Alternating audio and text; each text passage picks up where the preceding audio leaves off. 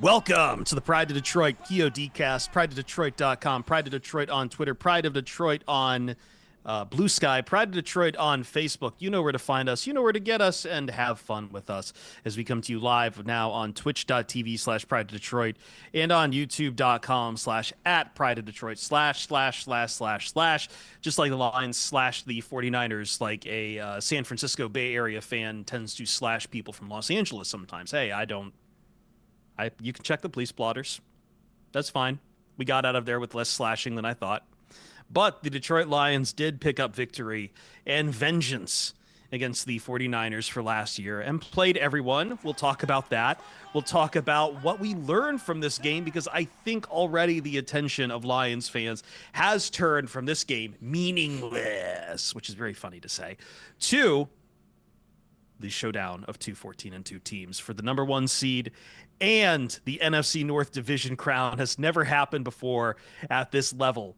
And I know everyone's thinking of Lions Vikings on Sunday night. But first, as we talk about the Lions now having more wins than Matt Patricia ever did in Detroit history, I am Chris Perfett, the adequate host, at Chris Perfett on Twitter, Perfett on Blue Sky, and Jeremy Reisman, the fearless leader at Detroit Online, is here. Hi, Jer. Hi, Happy New Year's, everybody. Happy New Year's. Did you find your keys yet? I sent a whole bunch of people out there on Monday to see if they could find it, so we'll see. For those who don't know, Jeremy lost his keys last year at the NFC Championship game, and we've been on a quest to still find them. You were like getting pinged about them, but somehow they weren't being picked up. Yeah, I had a little key. I don't know what you call them, little tile. I think it's a tile, and it was tracking it the entire way. And at one point, it made its way to Texas, and then the battery on it died, and so we'll never know. We'll probably never find it. Oh, so we have to go down to Texas. Okay. Unless maybe, I don't know. Maybe someone just took the tile off it and used that. We'll never know. But we will. Wherever you are, my former keys, I miss you. But we do know the Lions are awesome, and there's plenty to talk about, and help us do that. Ryan Matthews at Ryan_POD. Hi, Ryan. Hi, Chris. Hi, Jeremy. Why don't you just keep your keys on a ring like normal people, Jeremy? Not answering that question. I'm just wondering if we can keep on talking about your keys. I feel like in case nobody's ever heard about Jeremy's keys gone missing. I barely tweeted about it. Rarely with updates. I'm just saying. I feel like this game was kind of a closing the casket on the NFC Championship game a little bit. Oh. Dan Campbell gets a little bit of his revenge there and everything, but then but the one storyline we never resolved was Jeremy's keys. Yeah, I thought you were tying like the idea of like a meaningless football game to the keys being meaningless.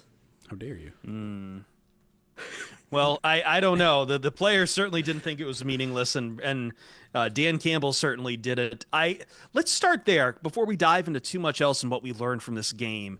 I do think we are pretty, like, the big talking point I know for a lot of media heads throughout this week and then today on whether or not it was right or not to do it was the Detroit Lions playing all of their starters and playing them for 60 minutes in this quote-unquote meaningless game against the San Francisco 49ers.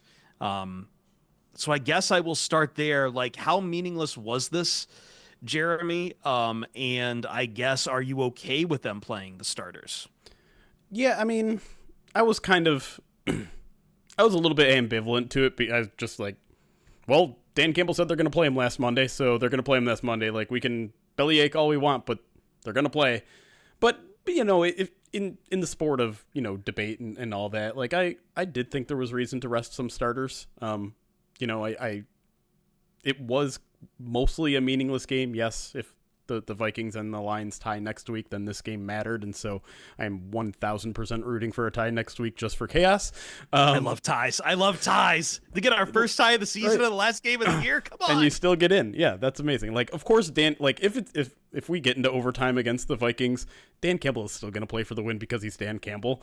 But it would also be funny if they tied. But either way, back to the original question. Yeah, I mean, the chance of a tie is relatively small. The chance of an injury, I would say, is more significant than that. So I would have liked to see them bench a few guys, but and I posed this question Sunday before the Vikings-Packers game. My question was, is it possible? Is it fair to do that because you prepared all week with your starters? Your starters got all of the first-team reps. Your reserves played scout team all week because you had to prepare like the NFC title was on the line, because it could have been.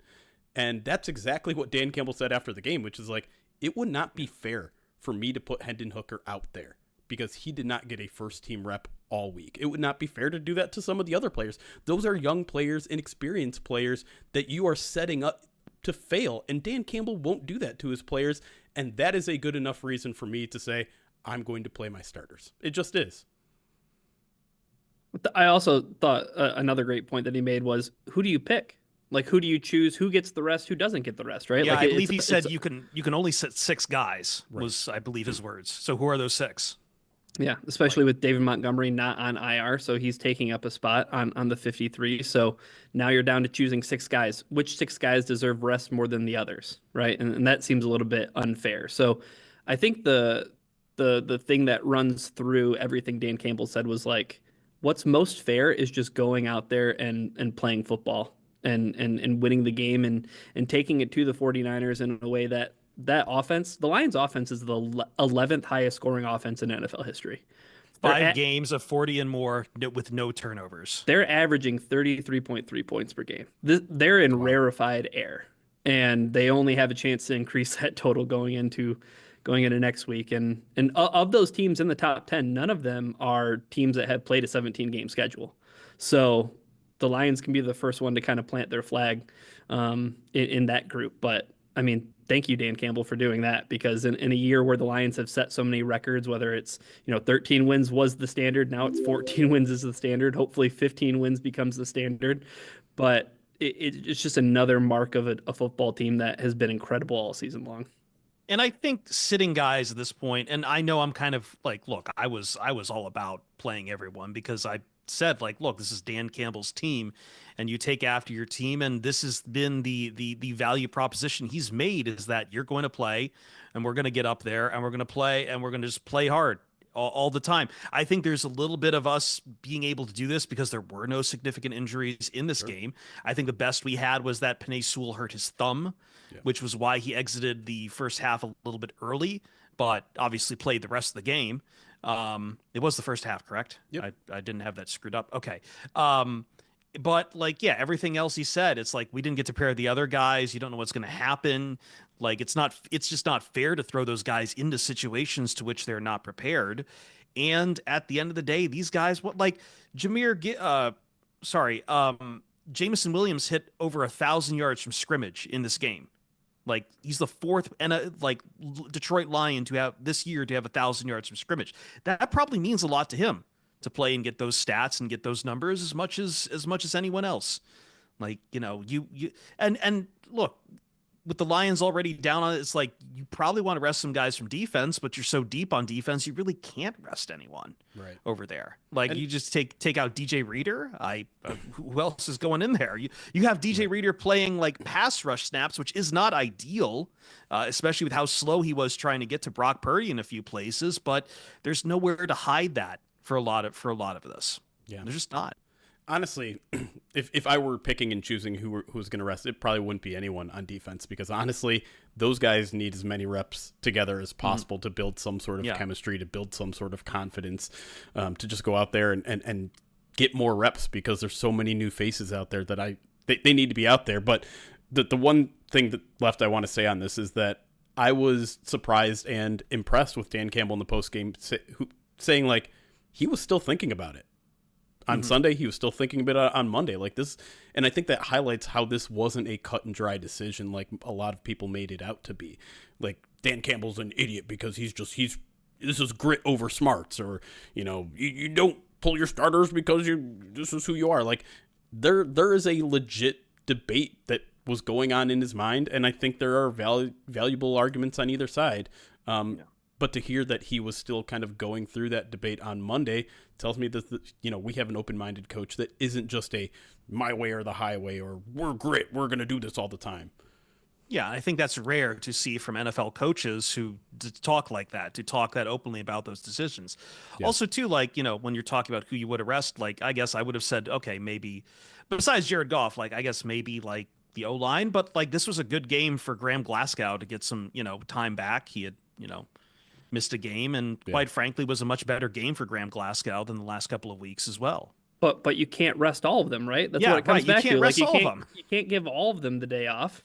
And can you imagine throwing Hendon Hooker out there with Nick Bosa lined up against Giovanni Manu? Like Colby Sorsdal? Yeah, like that's a nightmare. That's what he's talking about though. Like that is not fair to your own players. That is setting them up for failure. That is setting them up to get injured. You can't do that to your own guys.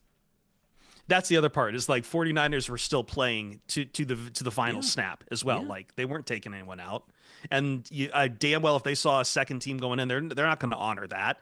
What do they care about your things? They're trying to get their reps at the end of the year. And I mean, it hurt them because Brock Purdy like hurt his arm at the end of this game, and or was it leg? I forget which. Either way, he suffered an injury and upper body injury, and now there's a bunch of talk about Brock Purdy and how that'll affect his status being back with the 49ers. Like, this is a risk you take when you play football at the end of the day.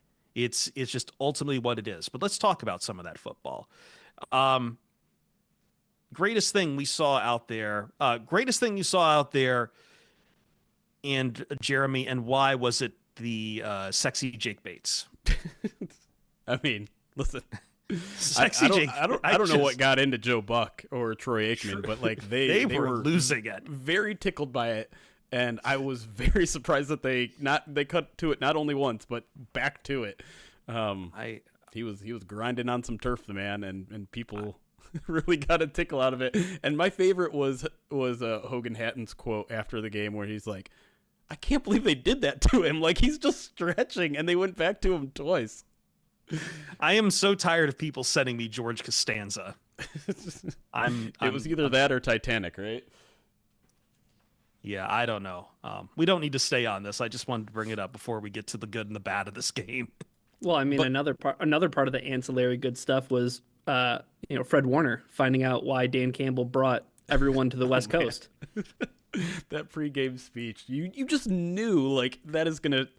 And the fact that it happened to the 49ers, like it was a 49ers defender, like if it was an offensive guy who said it, like if that was George Kittle, you'd be like, well, he did kind of eat, so I guess he was kind of right.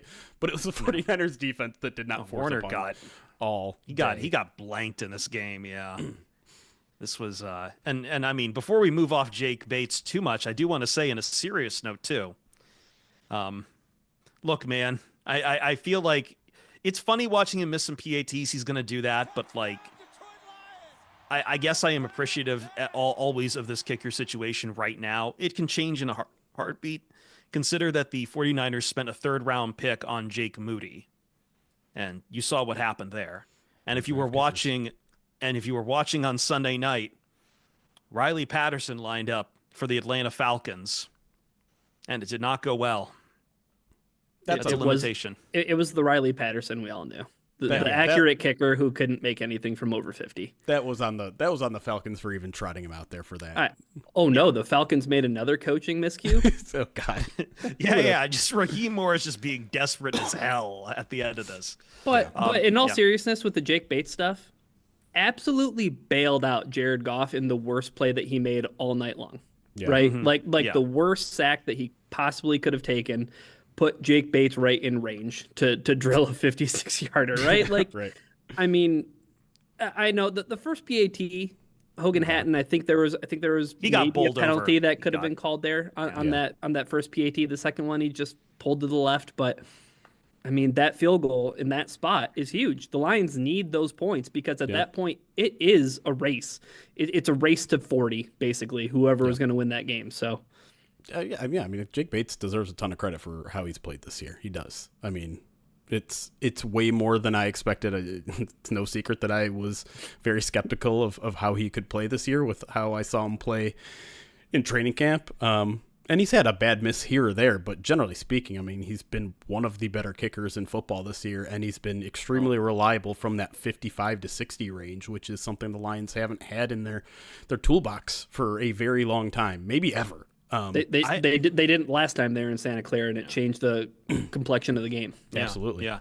I don't know why 2012 has been invoked multiple times by the Lions PR on why that was such a weird statistical year that game last night broke a lot of records. But Jake Bates now is the season point scorer leader in the Lions franchise, breaking Jason Hansen from 2012. Let's be honest, that's an offensive stat. That's not a Jake Bates stat. No, but still, that's I never thought I'd be like, wow, someone actually touched something from Jason Hansen. True.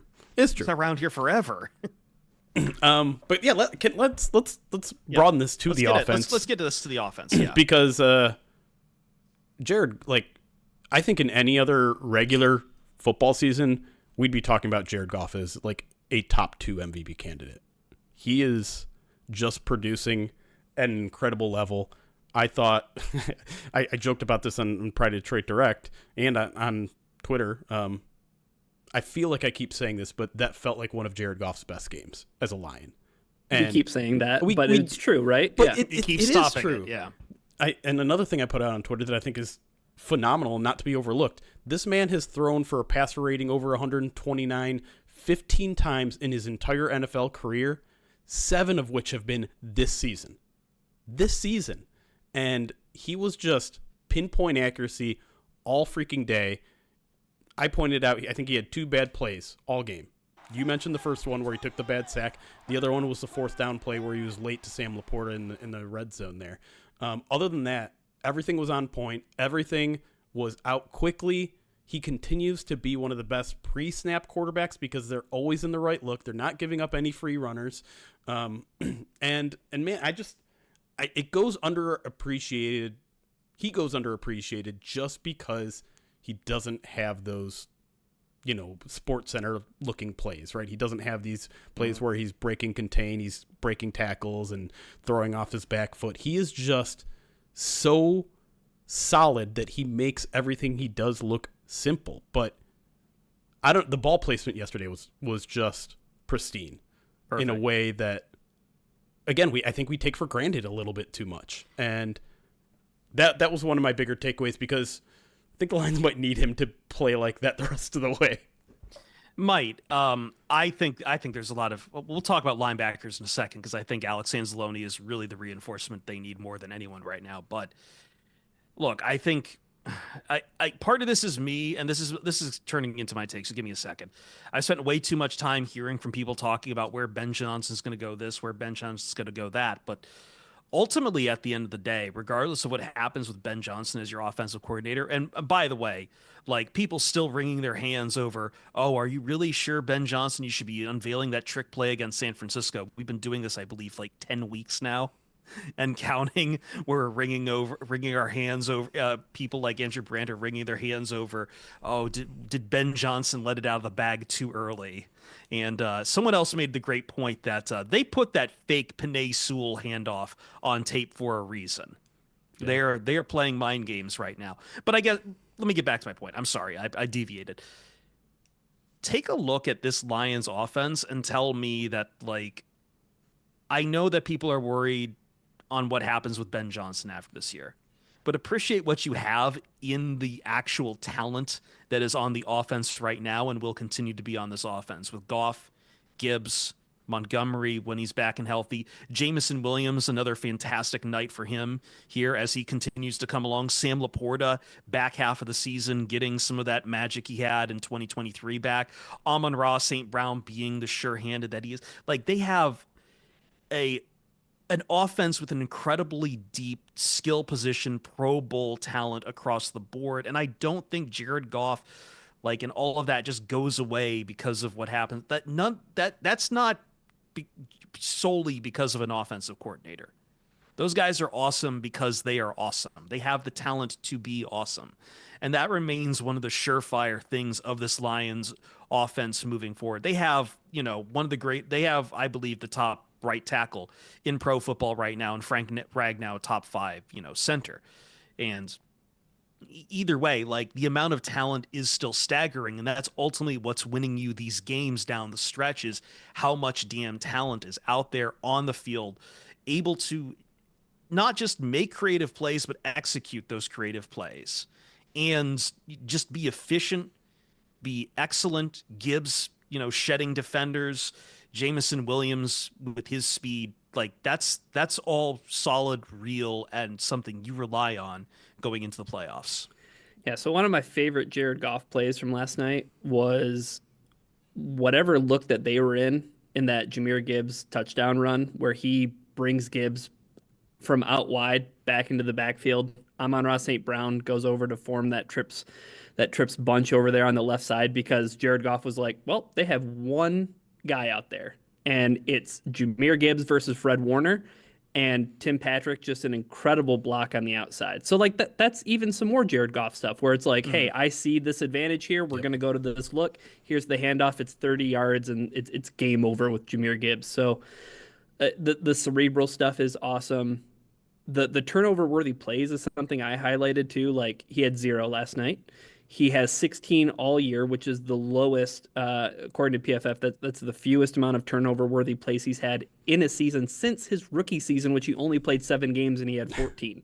Right. So, but that's going to be crucial, Jeremy, down the stretch, right? Like, the Lions cannot afford turnovers. They need to win the turnover battle, which they did last night. And I know we'll get to the defense, which was a lot less fun to watch until we got into the second half. Yeah. But I think that as long as Jared Goff can keep this offense moving without the risk of a turnover, I like their chances in any game. Any game. Yeah. And to make a point on what Chris was saying about Ben Johnson versus just having the talent to execute some of his plays, I think the trick plays is a great place to start, right? Like, the Lions have just made a hook and ladder look like a normal, end around, or like the very basic of a trick play. And look across the league. Other teams are trying to do that, and they're not pulling it off. Even the 49ers, I think they tried to pull 2 trick plays yesterday, and neither of them worked. And I'm not saying the Lions are 100% on trick plays. They're not. But they execute at an incredibly high level. And you can't do that without players that are very good at attention to detail. You can't do it without players that have a tremendous skill, like speed around the corner. You can't do it without someone like Amon-Ra St. Brown, who is selfless enough to make a play like that and not complain about it, And so him and J-Mo after the game breaking down that play was fantastic. Yes. It absolutely was. But it also speaks to the talent and just their ability to do it, because SVP was like, how many times you guys practice that? James was like 3, maybe 4 times. Right. That's all we needed. That's all you need. Whereas, I don't remember what team it was. They tried a hook and ladder in a very critical moment, and it did not work. Some team on Sunday, I don't know. But either way, it just highlights the fact that these guys, they are just so detailed in what they do and so talented in what they do that, yes, Ben Johnson deserves a ton of credit for developing these trick plays that highlight their skill sets, but get a lot of credit to the players for executing themselves, because they make it look a lot easier than it is. I think, and this is suddenly a brain like spasm firing. I'm pretty sure that was the Indianapolis Colts that tried that. There you go. Yeah, I think that's right. So that it was the 2-point conversion, and they failed. And by the way, Drew Lock put 45 points on the Colts. They had to squeeze that in with a playoff appearance on the line. Yeah. I just wanted, hater energy. If we talk about less fun things, or do we have to talk about the defense now? Can we just talk about some other good things with the offense? Oh yeah, no, actually I forgot my other note here. Yeah. Stretch it. Let me see if you're going to the same place I am, Ryan. If not, you can tell me to shut up and stop talking. Well, go ahead. Craig Reynolds? No, but yeah, okay. Craig was fun. Craig was worthwhile. The running game was good. The running game was really good. In a way that, I think that there were some concerns that had popped up, especially against the, against the Bills. I think a lot of people, myself included, thought the Lions were just going to bully the Bills up front. in terms of their ability to establish the run, and they did not do that whatsoever. And I know the Lions did a much better job of it last week against the Bears, but I feel like a lot of us in the first half of this game realized that, okay, the Lions weren't going to be able to play the Bears every week either. So there was that balance between, like, they're not going to play Josh Allen every week. Well, they're also not going to play Caleb Williams and the Bears every week. But I think the interior of the offensive line was one of the biggest successes of this team. You can only keep Nick Bosa at bay for so long, and he had some really good plays against Taylor Decker. He had some really good reps against Penei Sewell. But Frank Ragnow, 0 pressures, 0 hurries, 0 quarterback hits, 0 sacks. Kevin Zeitler, the same. Graham Glasgow had a huge bounce back game. I thought he played really, really well. And it was cool to see the Lions just load up the tonnage. We're going to put Christian Mahogany on the field and Dan Skipper on the field. Yeah.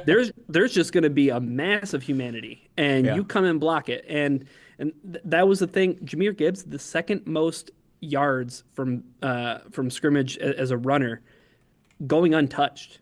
He had 85 of his 100+ yards as a runner before untouched. And that's just on the offensive line, right? So I thought the offensive line, aside from Nick Bosa being Nick Bosa, had a really good game. Yeah, and we kind of predicted this might happen, right? On First Bite, we were talking a little bit about like how the last time they played San Francisco, they played a lot of bully ball. They put Dan Skipper out there probably 20 some times in the NFC Championship game, and they put him out there 11 times in this game. So, part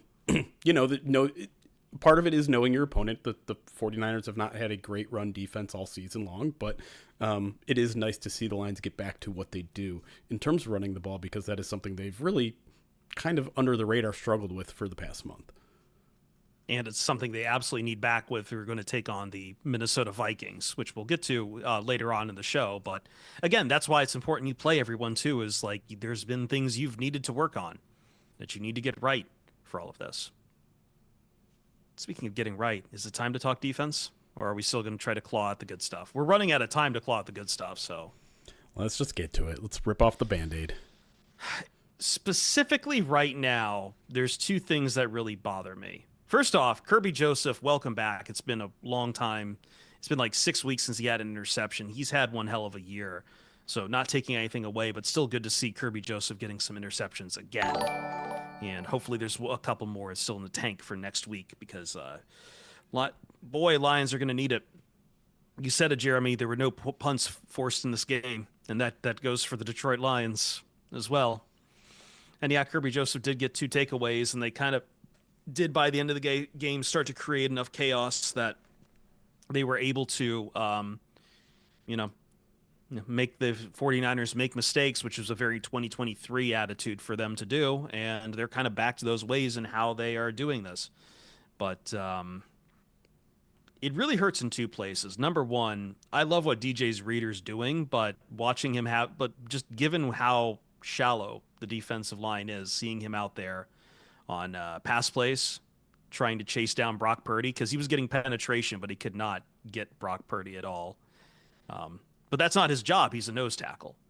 But really it comes down to the linebackers right now, because the 49ers, I feel like, did their most damage on the linebacker core of Detroit. And this is a linebacker core that was not really in position to do much of anything all night. Not just against George Kittle, but like you'd watch run plays develop and there's no one there to help as guys coming around the edge. It's something that really needs to get cleaned up, and I don't know how you clean it up other than you just hope Anzalone comes back and he knows how to get everyone in position next time. But yeah, I don't know. It's bad. It's been an issue for weeks now, to be completely honest. I think that first game on Thanksgiving, where all the injuries happened and some of these guys stepped up and played well enough to win the game. I don't want to say that was fool's gold, but it felt a little like fool's gold. And really the week after that, right? The Green Bay game on Thursday night where, it was crazy, right?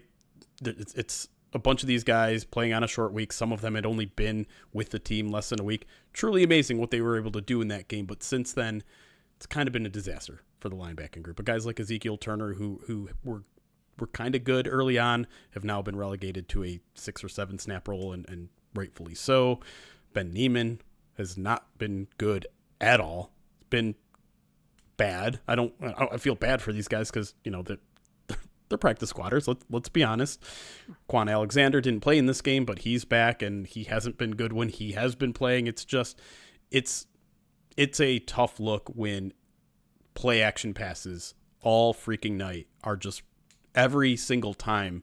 It seems like the linebackers getting sucked up and leaving yards and yards of space up the middle that the Brock Purdy is easily taking. And I mean, even when they're sending these guys on blitz, they're not getting there in time. It's rough. And it felt like they just pulled the Bills game plan. And it was just like, we're going to run a bunch of these mesh concepts that's going to get your secondary in a mess with all the man coverage that you do.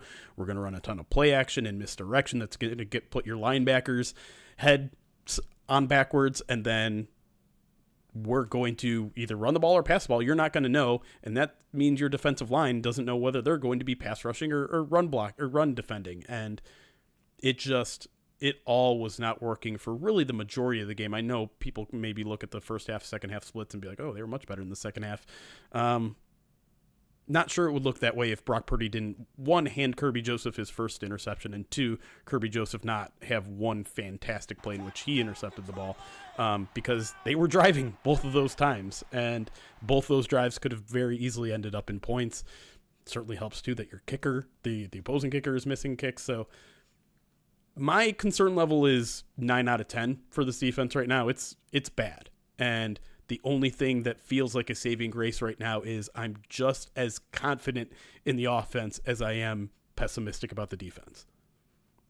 Yeah, there was a point in the game where I tweeted out and said, I don't know who the 49ers punter is, and I'm not looking it up, and I'm muting the notifications of this tweet. I hope I find out what his name is in the next hour, because the Lions' best defender in the first half was Jake Moody and the clock. Yeah. In the second half, though, and here's something, I just pulling some numbers, like, because I'm trying to find anything to be positive or optimistic about, because I was on here 2 weeks ago talking about how losing Aleem McNeil and losing Carlton Davis felt like the straws that were going to break the proverbial camel's back, because we just talked about the offense and how it's talent. All this talent is great. Talent's great. Talent wins you games. There's not a lot of talent on this defense at this point. And it's kind of reserved in pockets, right? Like the safeties, we feel great about the safeties, but there's not a lot of talent at linebacker. There's not a lot of talent along the defensive line. Amik Robertson playing outside corner has not only cleared my expectations of what I thought was going to be an insurmountable thing to do, replacing Carlton Davis as the team's number one outside corner. He's been a revelation. Yeah, he's been good. In this game, he was dynamite. 6 targets, 2 catches allowed, 22 yards, and a huge pass breakup against Juwan Jennings on that third down play to force the 49ers into a 58-yard field goal that flipped the field. Yep. Like that, those plays are going to be so important, and that's what stood in stark contrast to the first half. The first half was the Lions can't even get the 49ers into a 3rd and long. Right. They can't even get them to 3rd frickin' down, right? And then in the second half, there were some moments where either it was a turnover, which we know we can't always count on those because the Lions just went the past 5 games without an interception. And then, they get the 2 from Kirby Joseph, which is awesome. But you can't count on those things. And who is going to make big plays in big time moments? I still don't trust the pass rush at all whatsoever. There's 0 push up front. And to Chris's point, you have DJ Reader who played 45 snaps. That's the second most amount of snaps he's played in a game so far this year. And not so coincidentally, it lines up with, playing without Aleem McNeil a couple weeks ago where he played 47 snaps. So like, I don't know where the push is going to come from in the pass rush. Zadarius Smith can't do it on his own. Even the blitzes, like when Aaron Glenn wanted to send 6 guys, stonewalled, right? They're trying to twist and stunt and find their way into the backfield, and they couldn't. And you can't expect the back end to hold up the way that you're going to need to. So there's this fine line between, yes, the Lions aren't going to play Josh Allen every week, They might play Brock Purdy. You know what I mean? Like they Yeah. might play a quarterback equivalent to that skill set. And this maybe is where we go in the second segment, but like there potentially could be a Baker Mayfield on the other side of week 18. There could be a Matthew Stafford on the other side of week 18. And it's like that's where my concern is. Like the Lions defense just has to make 2 to 3 plays Right. that like either ends a drive or flips the field, and then the Lions have a shot to win. Because if they don't, it's going to be who has the ball last, or if the Lions offense makes a mistake, and that is such a razor's edge of living your life in the NFL. And it's gonna be a fantastic finish. 9 drives for the 49ers, 60 plays, 29 first downs. Now, 3 of those were from penalties, but 7 were rushing first downs, 19 were passing. And Ricky Pearsall and George Kittle both had over 100 yards in this game. I will say that that's- the rush defense yeah. didn't seem terrible. It didn't seem bad. Like I thought it was okay. It was just like the 49ers didn't have to run the ball. Yeah, I was going to say Deebo Samuel was doing damage on the ground, but then it felt like the 49ers kind of, I think this is maybe where the offense helps your defense a little bit. It felt like the 49ers realized they were in a foot race with the Lions and decided they just needed to score as efficiently as possible and went away from controlling the clock, controlling the ground, running the ball, and that maybe helped tilt the game for the Detroit Lions because it did set up Brock Purdy to make some mistakes and take a couple sacks late in this game. Yeah, Jeremy, the Lions. Jeremy, yeah, I was gonna say if you want evidence of not needing to run the ball to run play action well, this is the game to watch that. Yeah. But like, yeah, the 49ers had 2 designed runs in the entire second half. 2. And I think that was a mistake. I understand the idea that like you're gashing the Lions through the air, so let's just do that and you have to score quickly because the Lions are scoring quickly. But in essence, I think it allowed the Lions to pin their ears back a little bit, and they got both their sacks in the second half. They got both their interceptions in the second half.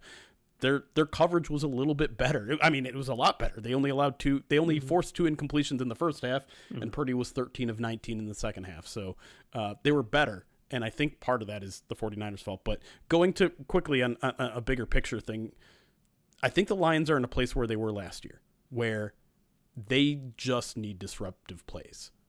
They need what Ifeatu Melifonwu gave them a little bit of a bump last year, where they were getting more sacks because he was getting pressure. They were getting more interceptions because he was creating that pressure and forcing erratic throws. That's what they have to do now. Dan Campbell said as much. He's like, this is the world we live in defensively now.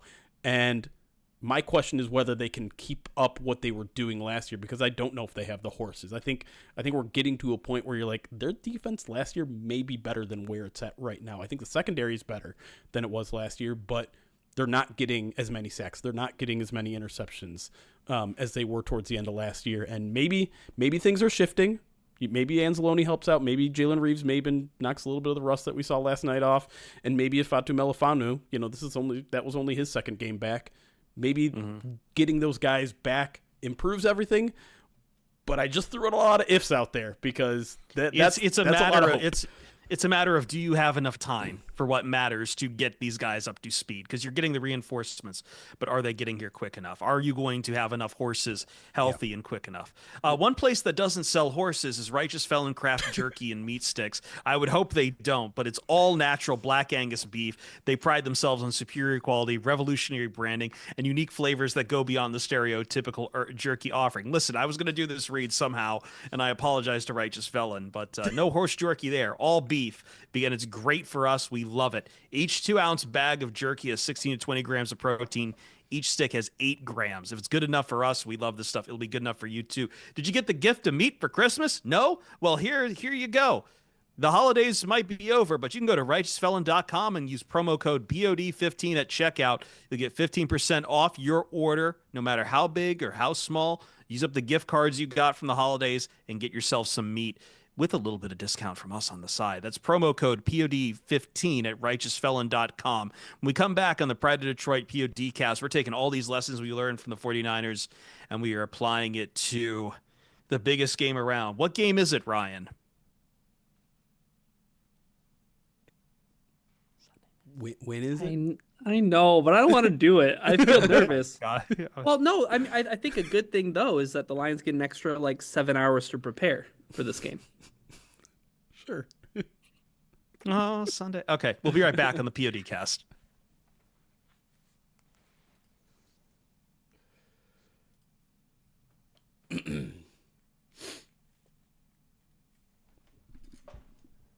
All right. Let me go through Hi, chat. Guys, it's almost New Year's. That's exciting, right? I'm not Woody. You can't pull the string on my back and just have me start singing Carrie Underwood. It doesn't happen. But like that. I do the righteous felon reads at any point. Do you have to warm your pipes up for those? Yes. No, I mean there is a fair point in that they don't really do "Oh Sunday Night" anymore anyway. It's a different song. It is. Oh gosh! And speaking of last night's, is it I Chris, can Chris, feel Staple, Chris Stapleton? Now. I don't know who that's made for. Definitely people who are older than 40. Yeah. I love Phil Collins, but that one feels tough. That cover feels tough. I don't know. Like I feel that song already feels like it's been, I don't know, memed is the right word, but I just feel like it'd be like doing a Toto Africa thing now. It's like that cultural moment has passed. They Even like used the rebirth of it, you know? They used Rick Astley for bumper music last night. Did they really? They did, going from like a 49ers like timeout or something like that, and yeah, they kicked it to commercial with a little bit of Rickroll. I was like, what is this? Why is this happening? Very Chris weird. Stapleton looks like he would be greasy if you touched him. And what, like, to me also, like, just the visual of like him sitting in the dark watching football is like weird and ominous. Like, this isn't what I mean, That is literally how I'm watching the game, to be fair, but like that is not how I. Well, then it's are you kidding? Yeah, it's verisimilitude at that point. He knows all of you out there are just psychopaths. Or just in our little bat caves watching football by ourselves, shamelessly at Monday night. Yeah, but I couldn't tell if it was like an intro to Monday Night Football or a PSA for Gamblers Anonymous. I didn't. Man, listen, at least this last time we have to. Well, actually, wait, shit. No, I was gonna say it's the last Monday Night Football. I realized they do Saturday night, Monday night football. Oh, in the playoffs. And Saturday night, all AFC North teams. Oh, you talking about this upcoming one? This upcoming Saturday. So, like, some of these teams who just played 3 games in 10 days only get 9 days of rest or one less day of rest than the Ravens and the Steelers. Yeah. They are trying to destroy these two teams, man. It's unbelievable. But also, I think isn't HBO is doing the in-season AFC North, yeah. Is it HBO or is it Netflix? I don't remember. No. It's like it's Hard Knocks. It's Hard Knocks. It's Hard Knocks. HBO. Yeah. But it's the AFC North as a whole, right? Yeah. So which it's I think is right. I have a friend at work. I was arguing with him, and he keeps trying to tell me the NFC East is a better rivalry division than the AFC North. The NFC East sucks. Did you say NFC? He said NFC East. I thought you said AFC East. I thought you said AFC East. I'm like, are you out of your mind? Fan. He's also a Cowboys fan. So the AFC East has been like the most uncompetitive division for 25 decades. And it hasn't. The Patriots went away, and it did not change at all. We just swapped out kings. Yes. Yep. NFC East. The NFC East doesn't strike me as competitive, more so than random, if that makes sense. No, it's a different leader every year. I think it's just some of those rivalries are old, but like, I'm sorry, I just do not care about Dallas Washington as a rivalry. That's just It doesn't get me up in the way that the Pittsburgh Steelers going out there and everyone trying to like literally kill someone on the Bengals or Ravens. No, I feel like this is the most relevant the Commanders have been in 3 decades. It is. No. I forget the actual stat, but like this is like, you want to talk about turnaround. Like, this is. Yeah. They had that little some stats and win records that have held up for many years. They had that little glimmer of hope where RG3 was the most exciting player in football, and then what happened to RG3? Well, yeah, it is what it is. But the NFC East stuff, I mean, that's like well documented. Going back to 2004, there hasn't been a repeat winner, which it's like, is that parody or is it just like they take turns sucking, like being awful? And I'm not trying to be like, oh, the Lions are 14-2 and they've always been good kind of thing and they've never sucked. But like, and the NFC North is an absolute bloodbath. But like, I do it doesn't seem wonder. like a super competitive No, not in the way divisional that the time. AFC North is. The AFC North is like there's three All the really, really time. good teams. Yeah, And then who's the gonna rest. win it? I do wonder if that is a result of I don't know if this is tinfoil hat, but like first place schedule seems to really bother NFC East teams. Maybe that's maybe that's it. They just get crushed by everyone's, first place schedule or whatever it is. So we'll see what the Eagles like. Even though the Eagles are 13-3, people are still up like this Nick Sirianni thing is tremendous. Just absolutely tremendous. It's like, what the fuck is going on there?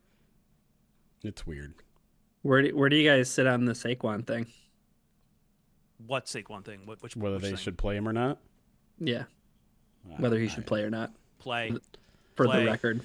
Play. I think I've ingested too much Dan Campbell. I've become too much of a meathead on this. Play football. Does it count if you accomplish it against the Giants? Yes.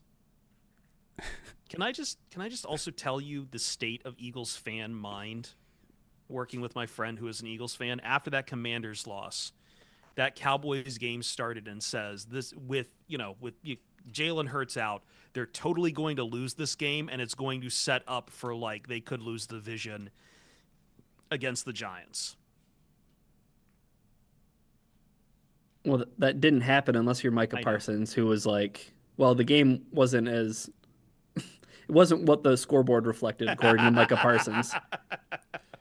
Jeremy, did you see that in the locker room afterwards? Yeah. No. Micah Parsons was like, well, like, it was like there was like a play or two that, if we don't give up those couple big plays or like this thing, it's like, oh, okay, sure, yeah. That's some boy math right there. That's the whatever Packers player that was like, the best team didn't win. Yeah, right.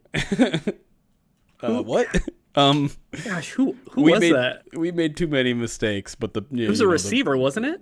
I don't even remember. I thought it was an offensive lineman. Oh, it might have. Yeah, I think you're right. Was it Jenkins? Maybe. Eldon Jenkins? Yeah. That sounds right.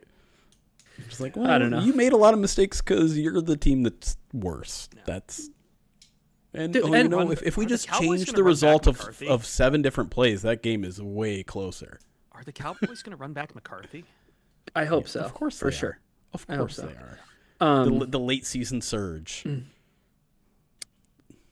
So the Saquon thing, I don't think he should play because you're just tempting fate. Like this is a guy who like his entire career it's been about like injuries, and it's like, are you really going to do this to yourself? Even though, man, would that be some comeuppance for Giants fans who have seriously gone through it? At this point, is it any more than what they've gone through? It's just like it's piling on. It's a death blow. It's a death blow. How many yards Howard does he need? Ratner.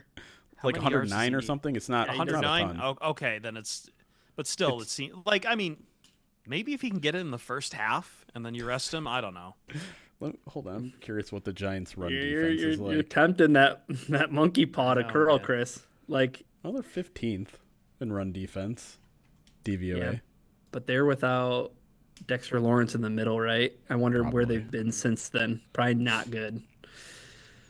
By the way, playing this game?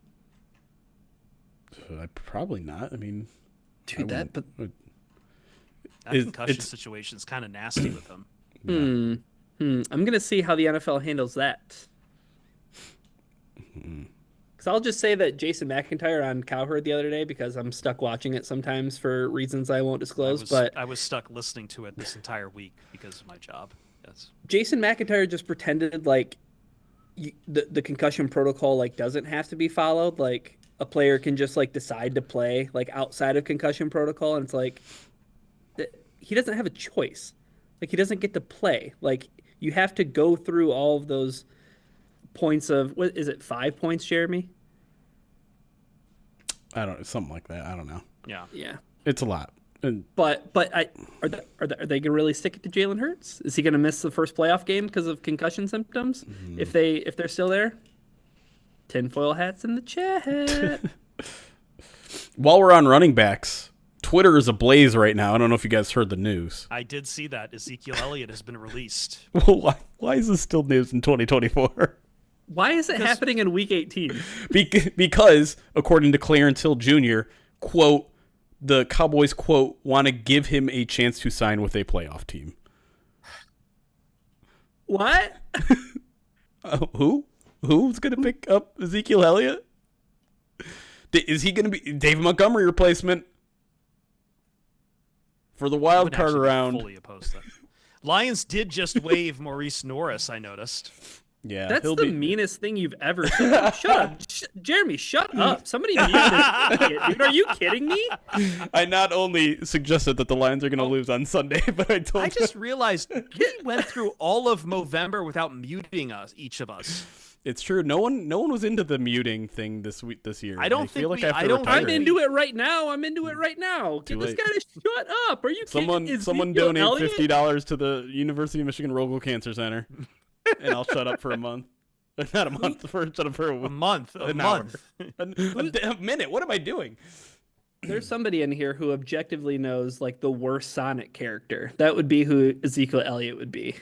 Big like Cat. the most useless character. It would be like probably Big Cat. Or what's his name? Is it just Cat? Fuck.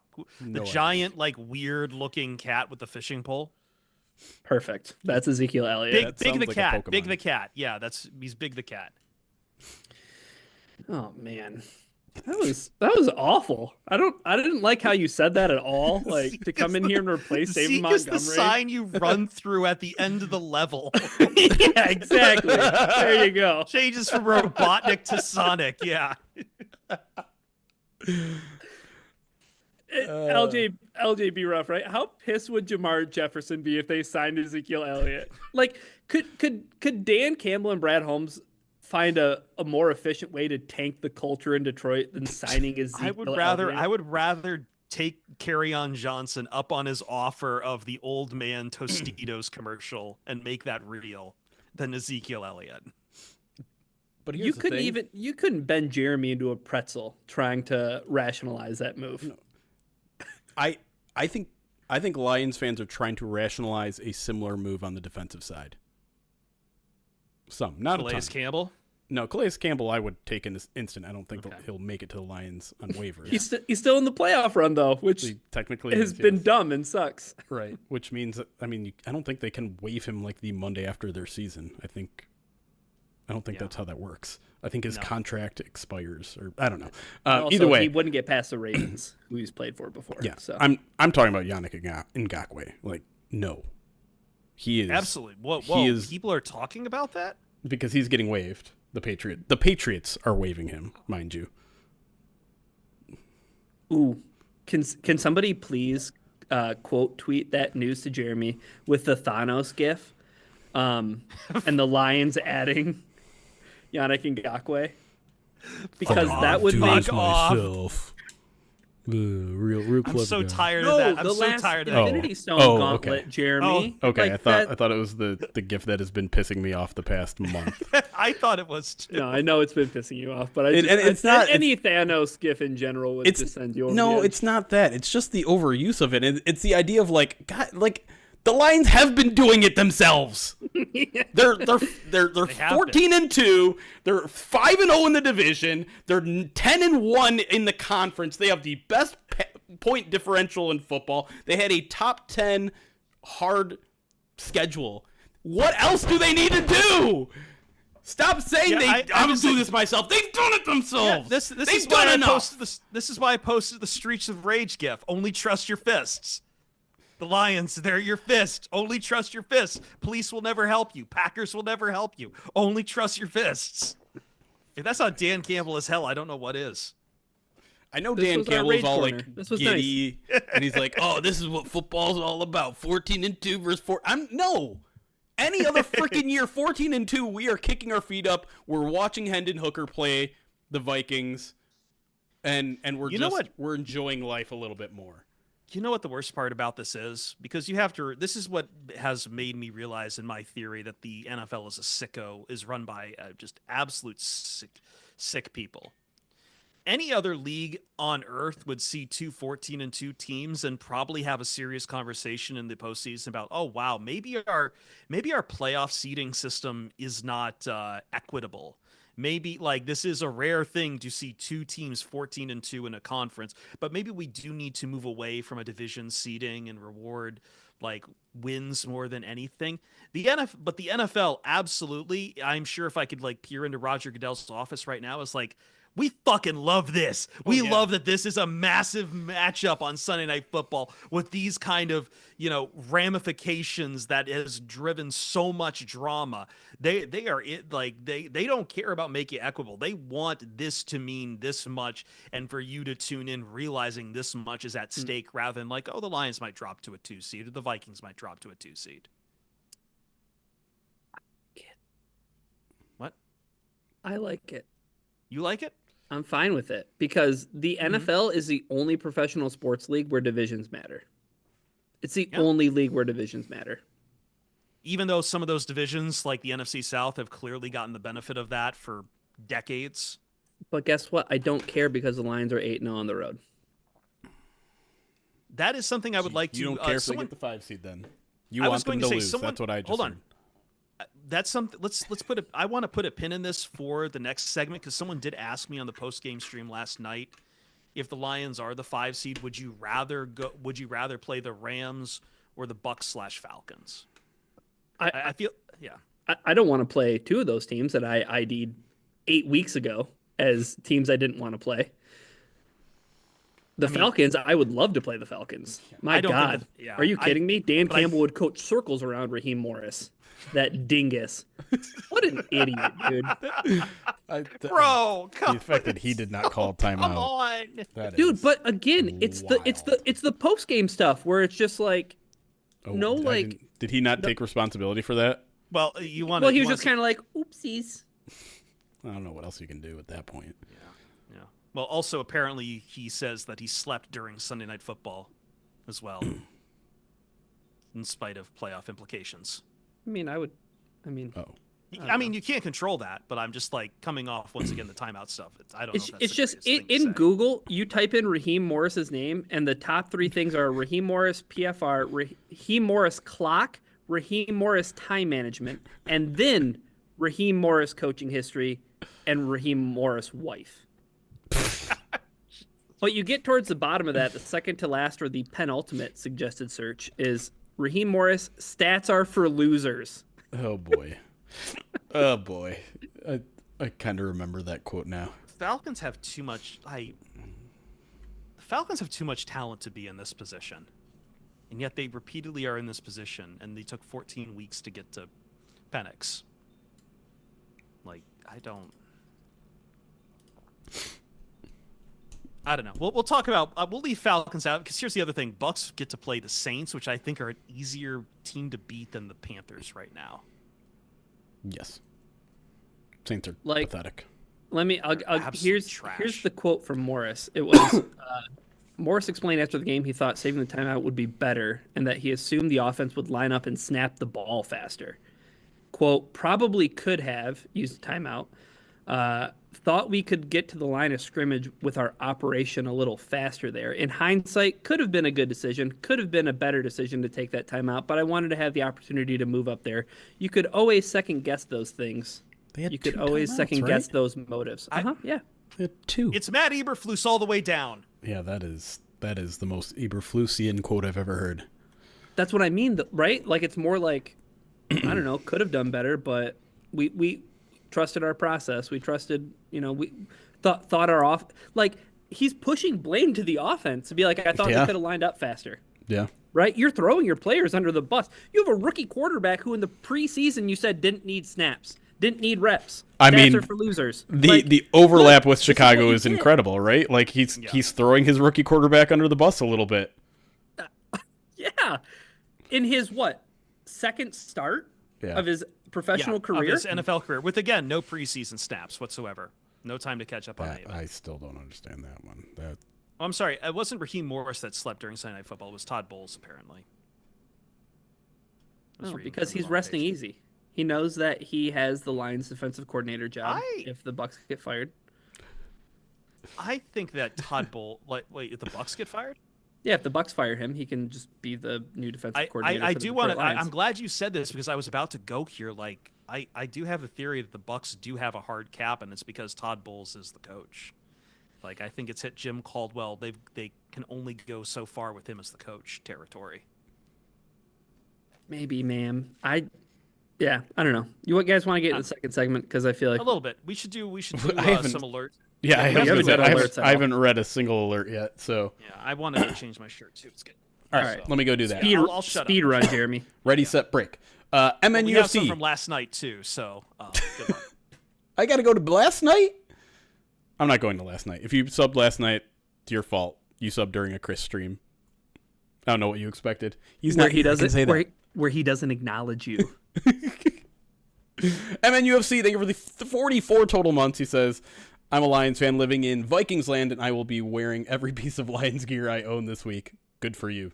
Keep fighting the good fight. Crimson King. And also make sure no one from Minnesota travels to Detroit this week. I don't know how you're going to do that, but just close the borders if you can. Do him a solid. Crimson King, 18 months, subscribe to the channel. The Call of Duty saying, thank you for the follow. DJ Juan, 13 months, subscribed to the channel on Twitch. Darth Tater, 24 months, says 14-2, baby, bring on the... You said the likes, but I'm pretty sure you mean the Vikes. But the L and the V are not close to each other, so now I'm confused. RGA, 5 bits, throws the FTV in the chat.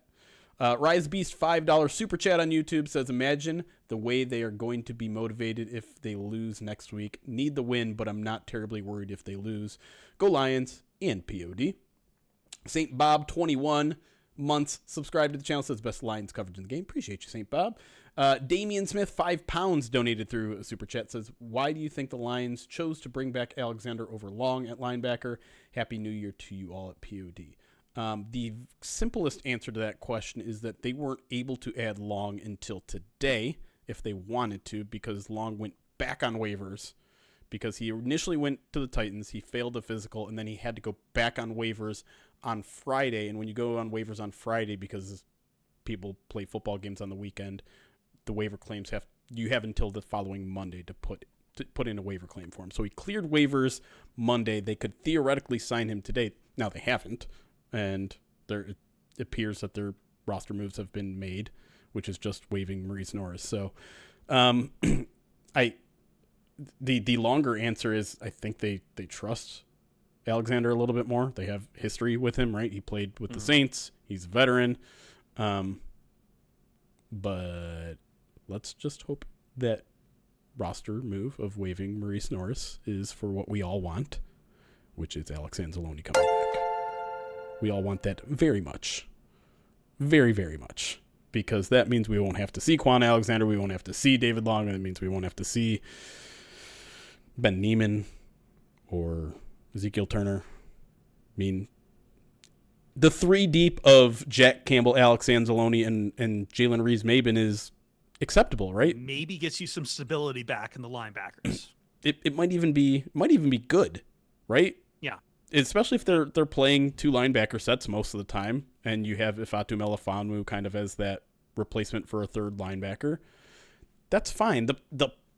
I think maybe one of the under talked about problems, though, and that's not going to be solved by Alex Anzalone coming back, is the Sam linebacker position, because the Lions don't have one. They don't. That might be. Like, Nowoski is not doing it for me. Might be Anthony Pittman. Anthony Pittman not doing it for me. Okay. I don't know. This is kind of bleeding into like what we'll talk about. We should be talking about. So yeah. Okay. Really quick. Choco Bob Brisket Bowl. Bit says, not sure if I missed it, but could you explain how the first Ricky Pearsall touchdown was legit? Someone had told me that it seemed like the ball got jarred loose or hit the ground when he hit the ground. I haven't seen a good replay of that, but if wait, of what play? The Pearsall touchdown where he caught it the first one? in the middle of the air and got pushed out. of the end zone, and then Watch right now. someone said when he hit the ground, they saw the ball either jar loose or hit the ground, which would insinuate that he did not have possession. Right, and if that is the case, then it was a bad call. I did not see a good look of it. The one thing I will point out though is it can hit the ground as long as it doesn't move, as long as he doesn't lose possession of it. Yeah, it doesn't. It does not look like he was. I'm watching it right now, and he had a hand under it as well, going down. Like it looked like he just maintained possession all the way, even though it touched the ground. Like there was no real threat of him losing it. And then Indy King Joe, thank you for the 2-person raid. I hope your stream was good. I don't know what you were doing. What were you doing if you're still here, Indy Joe? I always appreciate it. We got a random raid the other day, and yeah, Bridget Case raided us last night too. That's not even what I was talking about, but that's cool too. I appreciate all those raids. We don't get a ton because there's not a huge sports community on Twitch, but anytime we do, I do very much appreciate it. Whether it's one person or 500 people, it's pretty cool.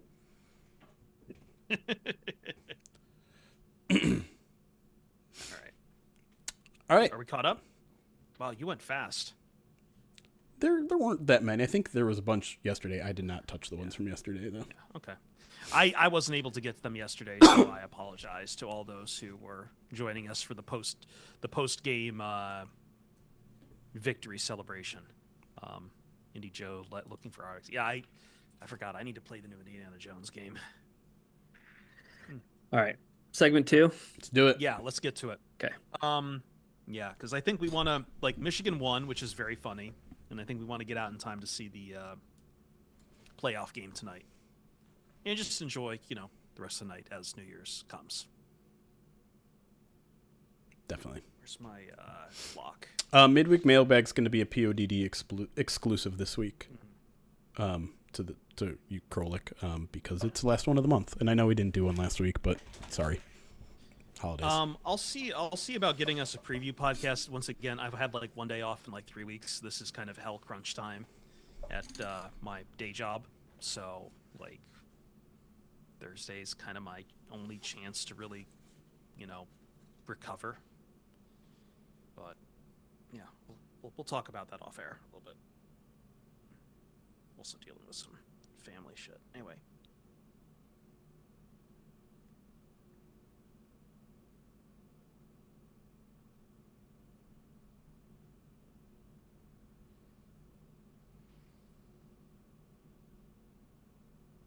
Welcome back to the Pride of Detroit PODcast. Let's put San Francisco to bed here. Their season is whatever, and the Lions exacted their 40 points and head home. Dan Campbell got home, I believe, 7 a.m., woke up around 10 a.m. His wife gave him coffee, and he was right out the door, right back to work, and that's kind of the mentality of everyone through this game was as soon as this game hit triple zeros, it was immediately thinking about Minnesota. It was thinking about Sunday night. It was thinking about 2 14-2 teams for the first time in NFL history meeting to determine a division crown and also to determine the number 1 seed in the NFC playoffs. No stakes have been higher. It feels like a playoff game itself, which is going to be very funny if these two teams have to meet again for a third time in the playoffs, which there's a very good chance there are because apparently the Detroit Lions have met nearly everyone except the Eagles and Commanders at least once this season who is going to be in the playoffs, assuming, of course, the Atlanta Falcons don't somehow backpedal bicycle kick their way into these playoffs, which I'm sorry, the Buccaneers are playing the Saints and the Falcons forgot how to use timeouts. Yeah, that ain't happening. So I don't think that's happening. Put a pin in that because I'm going to bring up the Bucs again in a point. But let's talk about Minnesota. And I guess as we look at this, this is a tough game to preview because like I feel like all the energy is right now behind Minnesota, and yet at the same time for the Lions, the Lions, as we have been talking about, they're getting guys back on defense, and it's just a question of when do you get them back? Is it going to be enough time to get them up to speed? We're recording this on a Monday. We were just talking the break. The Lions waived Maurice Norris, safety, And the hope is that at some point that's maybe clearing a way for Alex Anzalone to return, but nothing set in stone. And will Jalen Reeves-Maben get the rust knocked off of him? This is a Vikings team that's playing its best football all year long, but it was also a team that the Lions figured out their defense last time they met in Minnesota. And the Lions do have the great advantage that this is being played in Detroit. I feel like this is a lot of business here, Jeremy, and it's tense. Everyone's neurotic about this game. Yeah, and I get it. I get it with where the defense is at, but whew, boy. it's going to be a shootout. I mean, I feel like it's inevitable that this game is going to be a shootout. And you can say that the Vikings defense is good, and it is, but the Lions have scored 30 points against Brian Flores' defense 4 times in a row. And the Lions won all 4 of those games, by the way. But I'm sorry. I do think the Vikings offense is good. I do think that they've gotten something out of Sam Darnold that other coaches couldn't. I think he can run a capable offense, and more importantly, I don't have a lot of confidence in the Lions defense right now. They're going to need to do what they did last year to Minnesota, which is force turnovers. And unfortunately, they're not playing. I can't even remember the guy's name, the quarterback that was terrible, that threw like 7 interceptions in the 2 games against the Lions last year. Nick Mullins. I'm sorry. I know there are a lot of people that doubt Sam Darnold and think that maybe he's on that same level, but he's not. He throws. He's legitimate this year. He might even be an outside MVP candidate. And I think one thing I will add to what you're saying, Jeremy, is like I don't buy into Lions fans when I hear them say, "Well, the Vikings have gotten lucky." I maybe, but so have the Lions. Like, this is what good NFL teams do. They have some luck on their side, and you just cannot discount what they are doing. I understand you want to wave around how many yards Justin Jefferson gets off DPI, but like, this offense is surefire. They're not a lot of teams that can be 14-2 phonies. I know it's fresh in our minds that Minnesota 2 years ago were kind of that, right? They were. That is not this team. Like, you look at DVOA numbers, you look at EPA numbers, it's a way better football team offensively and defensively. And so it just get ready for the shootout, man. Like, you're going to need to have Kirby Joseph make another play. You're going to have Fatu Mel. Like, and I'm not saying they're impenetrable. They're not. Their offense is not as good as the Lions offense. And Sam Darnold, listen, he holds onto the ball a little long. He has turnover-worthy plays here and there, so the Lions are going to have opportunities to make those plays. But on a down-to-down basis, they have guys that can hurt the Lions. They have Aaron Jones. They have T.J. Hawkinson. Those are 2 really good players that are going to go up against Lions linebackers. And if that doesn't scare you at least a little bit, not sure why it doesn't, because Kevin O'Connell, kind of a similar offense to what the 49ers do. And so there's going to be play action. There's going to be misdirection. And they have players that can beat the Lions one-on-one in those situations. And so this is the reason why I wanted the Packers so bad to win next week, is because I don't love this matchup. I don't know who I'm going to pick right now, but I do feel like it's a true coin flip. And listen, the intangibles are going to be on the Lions side, right? It's going to be at Ford Field. It's going to be loud as hell. I've been down on how Lions fans have been at Ford Field this year, but I have no doubt in my mind that they're going to bring their A game this week. And so that's going to work in the Lions' favor. Is it going to be enough? I don't know. But I just feel like this is a game that is going to be decided by 1 or 2 plays down the stretch. And the one thing we need the Lions to do, which they've done pretty damn well all season, is not be the team to make the mistake. They can't be the team to make the mistake this week. No, Brad Rogers, welcome to Ford Field, where you throw a bunch of flags for defensive pass interference, and you have a couple of flag merchants in Justin Jefferson and Jordan Addison. Now, I think the one thing that gives me something that kind of washes away some of that concern is the way that Amik Robertson has been playing. Hopefully, sure. I mean, granted, it's a 5'8" outside corner going up against some big receivers, but the last person that I would ever doubt their ability to go up against somebody in terms of their mentality and quite literally having that dog in them is Amik Robertson, because he's a guy who plays way bigger than his size and his stature would suggest. But this is I think the moment to soak this in and just enjoy what the Lions have in front of them. I know Jeremy doesn't want to talk about Dan Campbell calling this a fairy tale scenario, but if you had any problem getting up for this game, then football is not for you, right? Like that's kind of the call, is like, this is the opportunity that you're searching for as a professional football player. This is what you get into this profession for, are for moments like this where it's for the whole kit and caboodle, right? Like, and what greater carrot could you put on the end of the stick than, you want an extra week off? Go out and take care of business tonight. I mean, what team needs it more than the Lions, right? What team needs that day? But to go to your point, like, where people see excitement, I turn into anxiety, because that's just who I am as a person. But sure, can you envision a bigger regular season game? Like, can you even like write a more important regular season game than this? Like, I think this has a real argument for being the biggest regular season game in NFL history. And I know the gravity of a statement like that, but how can it even be more, like, how can the stakes be any higher? Like, maybe a winner in situation with the playoffs, but that doesn't feel the same, because like, you're talking about two behemoths, two of the best teams in football with pretty damn high stakes. I understand they're both making the playoffs, but it's the consequences of what happens to them if they lose this too, where you go from the 1 seed and a bye to a 5 seed and probably playing on the road for the rest of the playoffs.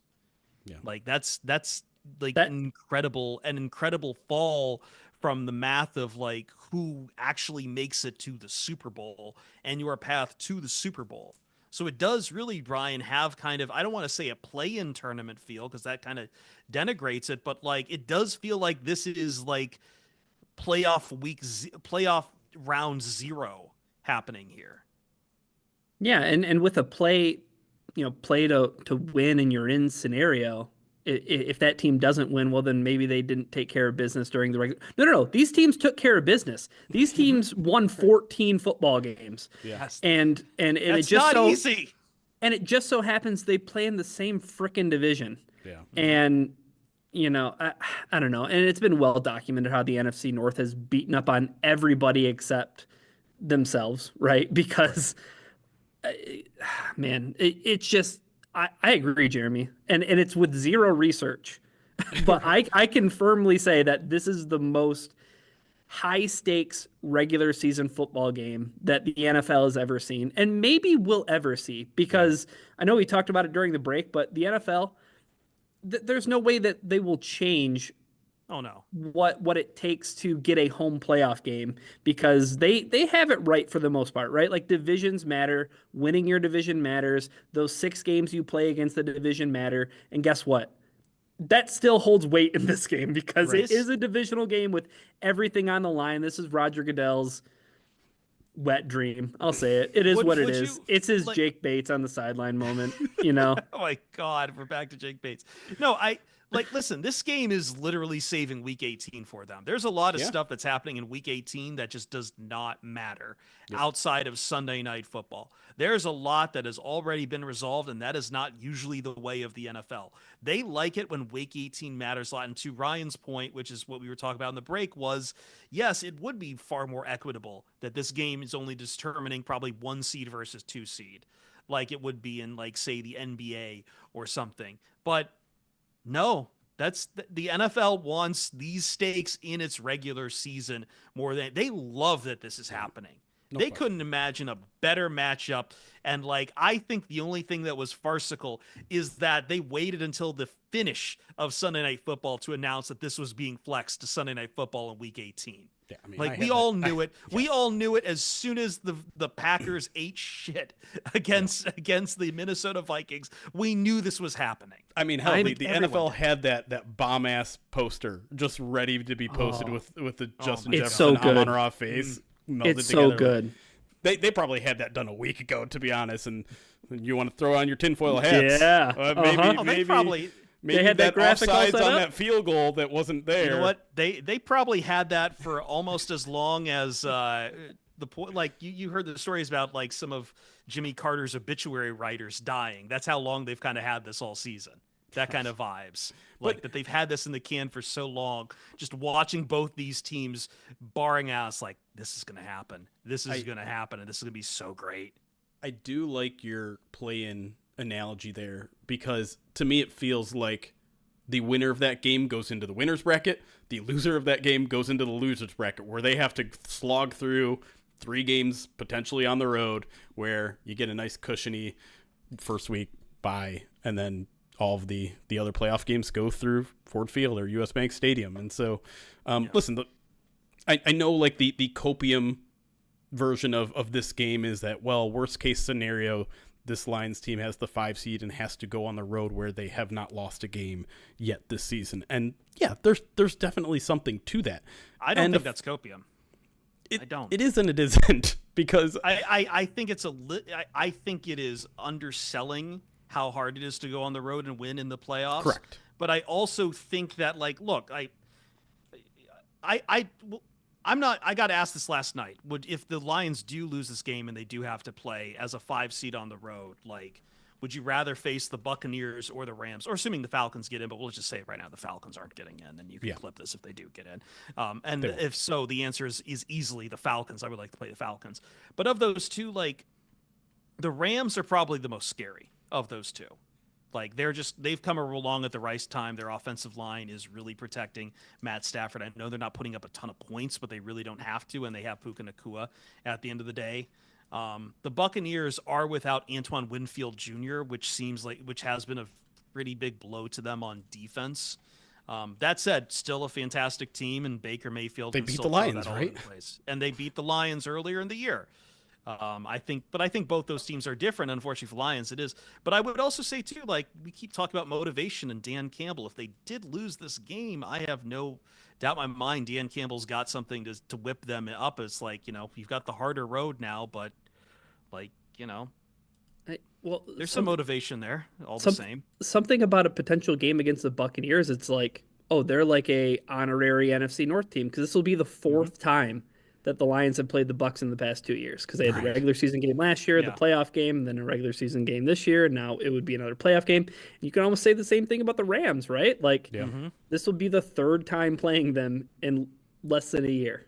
And man, but that's why everybody talks about, the Lions maybe running into the Packers again in the playoffs or running into the Minnesota Vikings again in the playoffs. It's like, yeah, you've had success against them in the past, but like how much harder is it to keep winning against those teams and their playoff teams? And I don't know, like I think however whatever way you slice it, whether or not the Lions get the number 1 seed, which is ideal, or they get the 5 seed, the NFC playoffs are going to be a bloodbath. There are so many which is why you want the first round bye, right? Like let's just eliminate that one chance to get eliminated against a team that might not be what we view as a top 3 NFC team, but are going to be a threat. The Rams are going to be a threat. The Bucs are going to be a threat.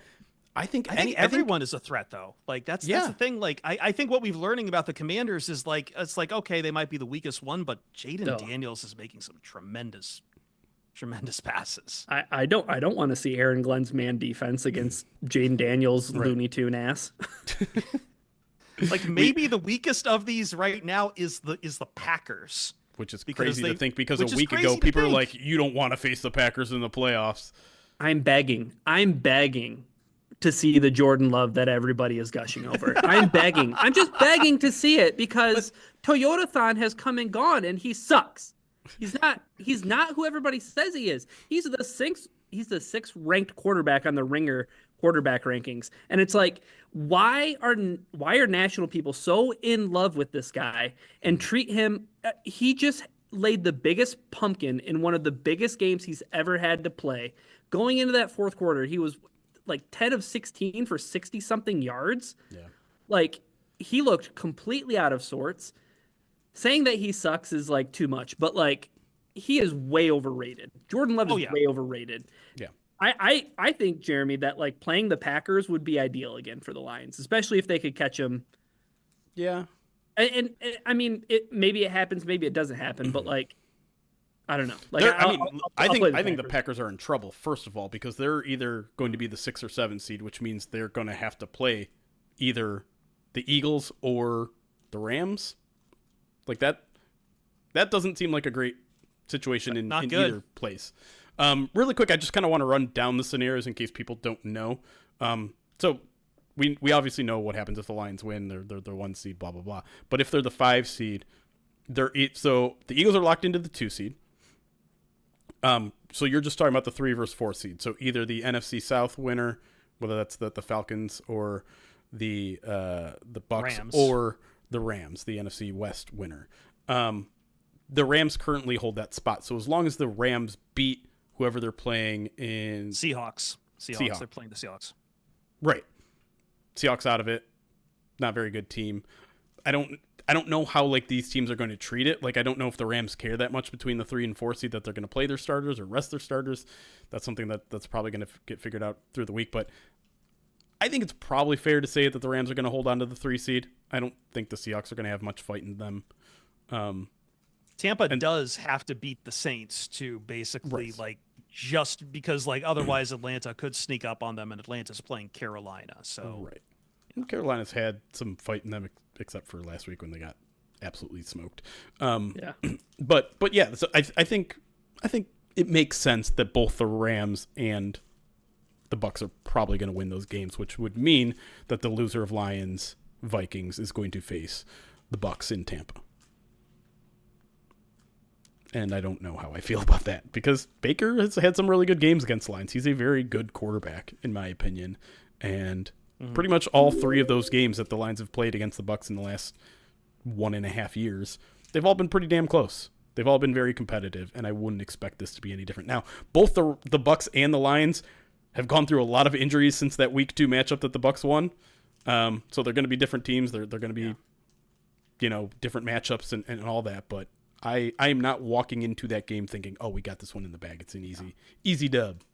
Yeah, key injuries there being Chris Godwin, their wide receiver, who was having a phenomenal year up until his horrific injury, and Antoine Winfield Jr., who was playing at some like defensive player of the year consideration levels as a safety. In either of those scenarios, I trust the Lions fans to fill out SoFi, right? Like there's no concern of the Lions contingent being well represented in LA. And also, if it is outdoors in Tampa Bay, we're not going to get cold weather. I kind of expect golf Lions concerns, you know what I mean? Like, and they'll travel well to, I mean, Raymond James, wouldn't the snowbirds like to go out west and enjoy Cali weather, or go south and enjoy some Florida weather? So I don't know. Like, yeah, I want the Lions to get the 1 seed, but also I'm not going to be on here, Monday lamenting the fact that the Lions didn't get it if they don't. But I think that's my original point, though, Ryan. Is like I'm not saying it's the copium label I push back on just because I don't think it's the end of the world. Like it's bad to go on the road as the 5 seed. Your path is a lot harder, but it's not the end of the playoffs, to be sure. Right. And I still like them in both the games they would play. I just as I said earlier, like I just think this bye week is so important to the Lions. Like they had the week, they kept saying it on the broadcast yesterday, like this team had a week 4 bye, man. Like they have been playing 12, 13 straight weeks of football at this point. And week 5, right? Week 5, after week 4, correct. But the earliest possible have a bye week, yeah. And the whole David Montgomery wants to return in the divisional round. Well, let's make sure we get that free pass to the divisional round. Let's give Alex Anzalone another week to practice or whatever. Let's maybe get an opportunity to, I don't know, Ennis Rakestraw. Maybe he comes back and helps with some of the depth there. Can he play linebacker? Good question. But yeah, I mean, just like giving these dudes a rest, giving DJ Reader and his 50 snaps a rest, just letting the bones heal. That would be so helpful to this team. I know some people are concerned about rust coming off a bye week and things like that. I think the downside of that is so small compared to what the benefit for this team would be. And so it's not just the fact of not having to play one of these scrappy 3 or 4 seeds in the playoffs. It's just getting that rest for their bodies so that when they have to play probably some NFC North team that's still in the playoffs after the wild card round, they're at least a little bit well rested. Yeah. Well, I mean, if that NFC North team is starting Jordan Love, not worried about it. If they're starting Malik Willis, that's another story. Okay. But to bring Chad in, McVay, Rob, I think that's the best way of putting it. The bye week is more important to the Lions than home field advantage. I think that's right. Yeah. And that's ultimately what it comes down to. But then, I don't know, Chris. Go ahead. Don't sleep on the home field advantage though either. No, I wasn't saying it does, but I don't think want they to travel to an away game personally. But they travel so well. The fans, you know what I mean? So like, I mean, even in last night's game, right? It was kind of loud when the 49ers were on offense, right? And I just think ultimately at the end of the day, you have a big advantage in that you do have that away record, Ryan, and also like. I'm sorry, like I would love for them to beat the Vikings. It would be phenomenal, but I'm just saying in a situation where they might lose to the Vikings, that's a hell of a lot of motivation for this coaching staff to use. And they're going to pin the ears back against whoever they want to. They will get I feel like every time the Lions have taken a loss, they get more dangerous. They haven't lost 2 in a row in 2.5 years, right? Or whatever it's been. Yeah. And to Jeremy's point about the whole conversation of rest versus rust, right now, are you going to tell me that Dan Campbell isn't going to get his team ready after a bye week? Right. Mm-hmm. Come on. I mean, we saw what happened when the Lions got a bye week and then they came out to Dallas. To Dallas? So, like no concerns there. So, like, would love the Lions to win this football game, the biggest regular season football game in NFL history as we have billed it. It's not the end of the world if you lose it. It's just not. I don't think it is. Like, and I know that's some fan in me, but I also know, Ryan, Jeremy, that man, the dialogue, the discourse about this game has ratcheted up on both sides on like what's at stake. And I think also what makes us feel like playoff round 0 is the doom that the fan base will feel, either the Vikings or the Lions will feel, for losing this game. Yeah. Well, you're right. Is it crazy to say that this is currently the hottest rivalry in the NFC North? How about in the NFL?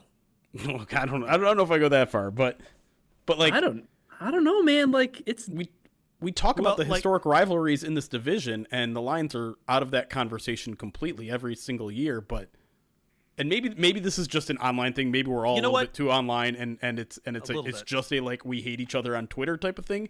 But it doesn't feel like that. It feels like Vikings fans absolutely hate Kirby Joseph. Lions fans absolutely hate this weird insanity that Vikings fans have gone from being like the nicest, most Midwestern people to like the biggest a-holes in the world. And also, let's be fair, you're just focusing the Lions' ire at fans. Lions fans are also calling like Minnesota Vikings players flag merchants and crap. Like or like downplaying Sam. Yeah, thank you, Ryan, for calling. Like, look, this is a great offense the Vikings have. Oh yeah. I'm so tired of hearing it's like, oh, they've just been lucky all year. No, come on, dude. Give them some respect. I'm definitely saying that tongue in cheek, and also in the Slack room, I was like, "Are we sure the Vikings are frauds?" After they were pumping the Packers, to which some of our staff was still pretty. They were still pretty, convinced that the Vikings are frauds, but they are not frauds. You don't get to 14-2 being frauds now. 2 years ago, as Jeremy mentioned, the Vikings were 100% frauds, and they got beat up by Daniel Jones and Brian Dable, and that probably cost Brian Dable his job, because you don't pay Daniel Jones, who is now on the Minnesota Vikings. Do you see how all of this is coming together? Whoa. Now I got the tinfoil hat on. Now we got the tinfoil. Part of my tinfoil hat last night was the Lions were having Brock Purdy look so good that San Francisco would sign him to a mega deal and ultimately, nuke anything that the 49ers, like their Super Bowl window would shut immediately. Yeah. Can I add my own tinfoil hat? Sure. And I think I mentioned it earlier, but the fake handoff to Penei Sewell, they're going to find a way to get the Vikings to bite on something in regards to that. There is no doubt they put that on tape for a reason. Terrified for the entire game about this direct handoff to Penei around the red zone. You know what I'm waiting for? I'm waiting for the fake hook and ladder. I'm going to ladder it, but I'm not actually going to lateral it. I thought you said I'm not going to ladder it. I did say mind that. games. I did. I definitely did. But I like that though. I like using ladder as a verb. These are mind games within mind games. But I don't think, has anyone mentioned yet that I would feel much different about this football game if it was played at US Bank Stadium rather than Ford Field this week. No. I think that's massive. I would feel much different about this game if roles were reversed. But really quick, my favorite tinfoil hat desire, it wasn't really much a theory, was let's rest our starters against the 49ers so we lose that game because we don't lose 2 games in a row. That's a good one. That's a good one. And I think that should the Lions lose, this is the last thing that I'll say on this podcast, should the Lions lose in week 18, they won't. Which I don't think they will. Might be the one thing I think I know, because that was the one thing I thought I knew, is that the Lions were going to beat the 49ers, and they did. Yeah. So I got that one right too. But double down on that. Baby. But should that happen, should the Lions lose, just tweet at Detroit on Lion Thanos gifts of fine, I'll do it myself, and you will be instantly blocked. That's what will happen. Like quicker than a mock draft grade block. Like just do both. Just a graphic of your, they're going to get bounced in the first round, so whatever, the 24th pick, and a Thanos gif, and I will block you instantly. Oh we are all in. This is what I mean. This game has made everyone on both sides of Minnesota and Michigan actually insane. Like, we've all gone completely insane. It's been because football is long. This season is long. Both these teams are awesome. Both these teams have really only stumbled twice. For Minnesota, it was twice in 1 week, but neither have given an inch.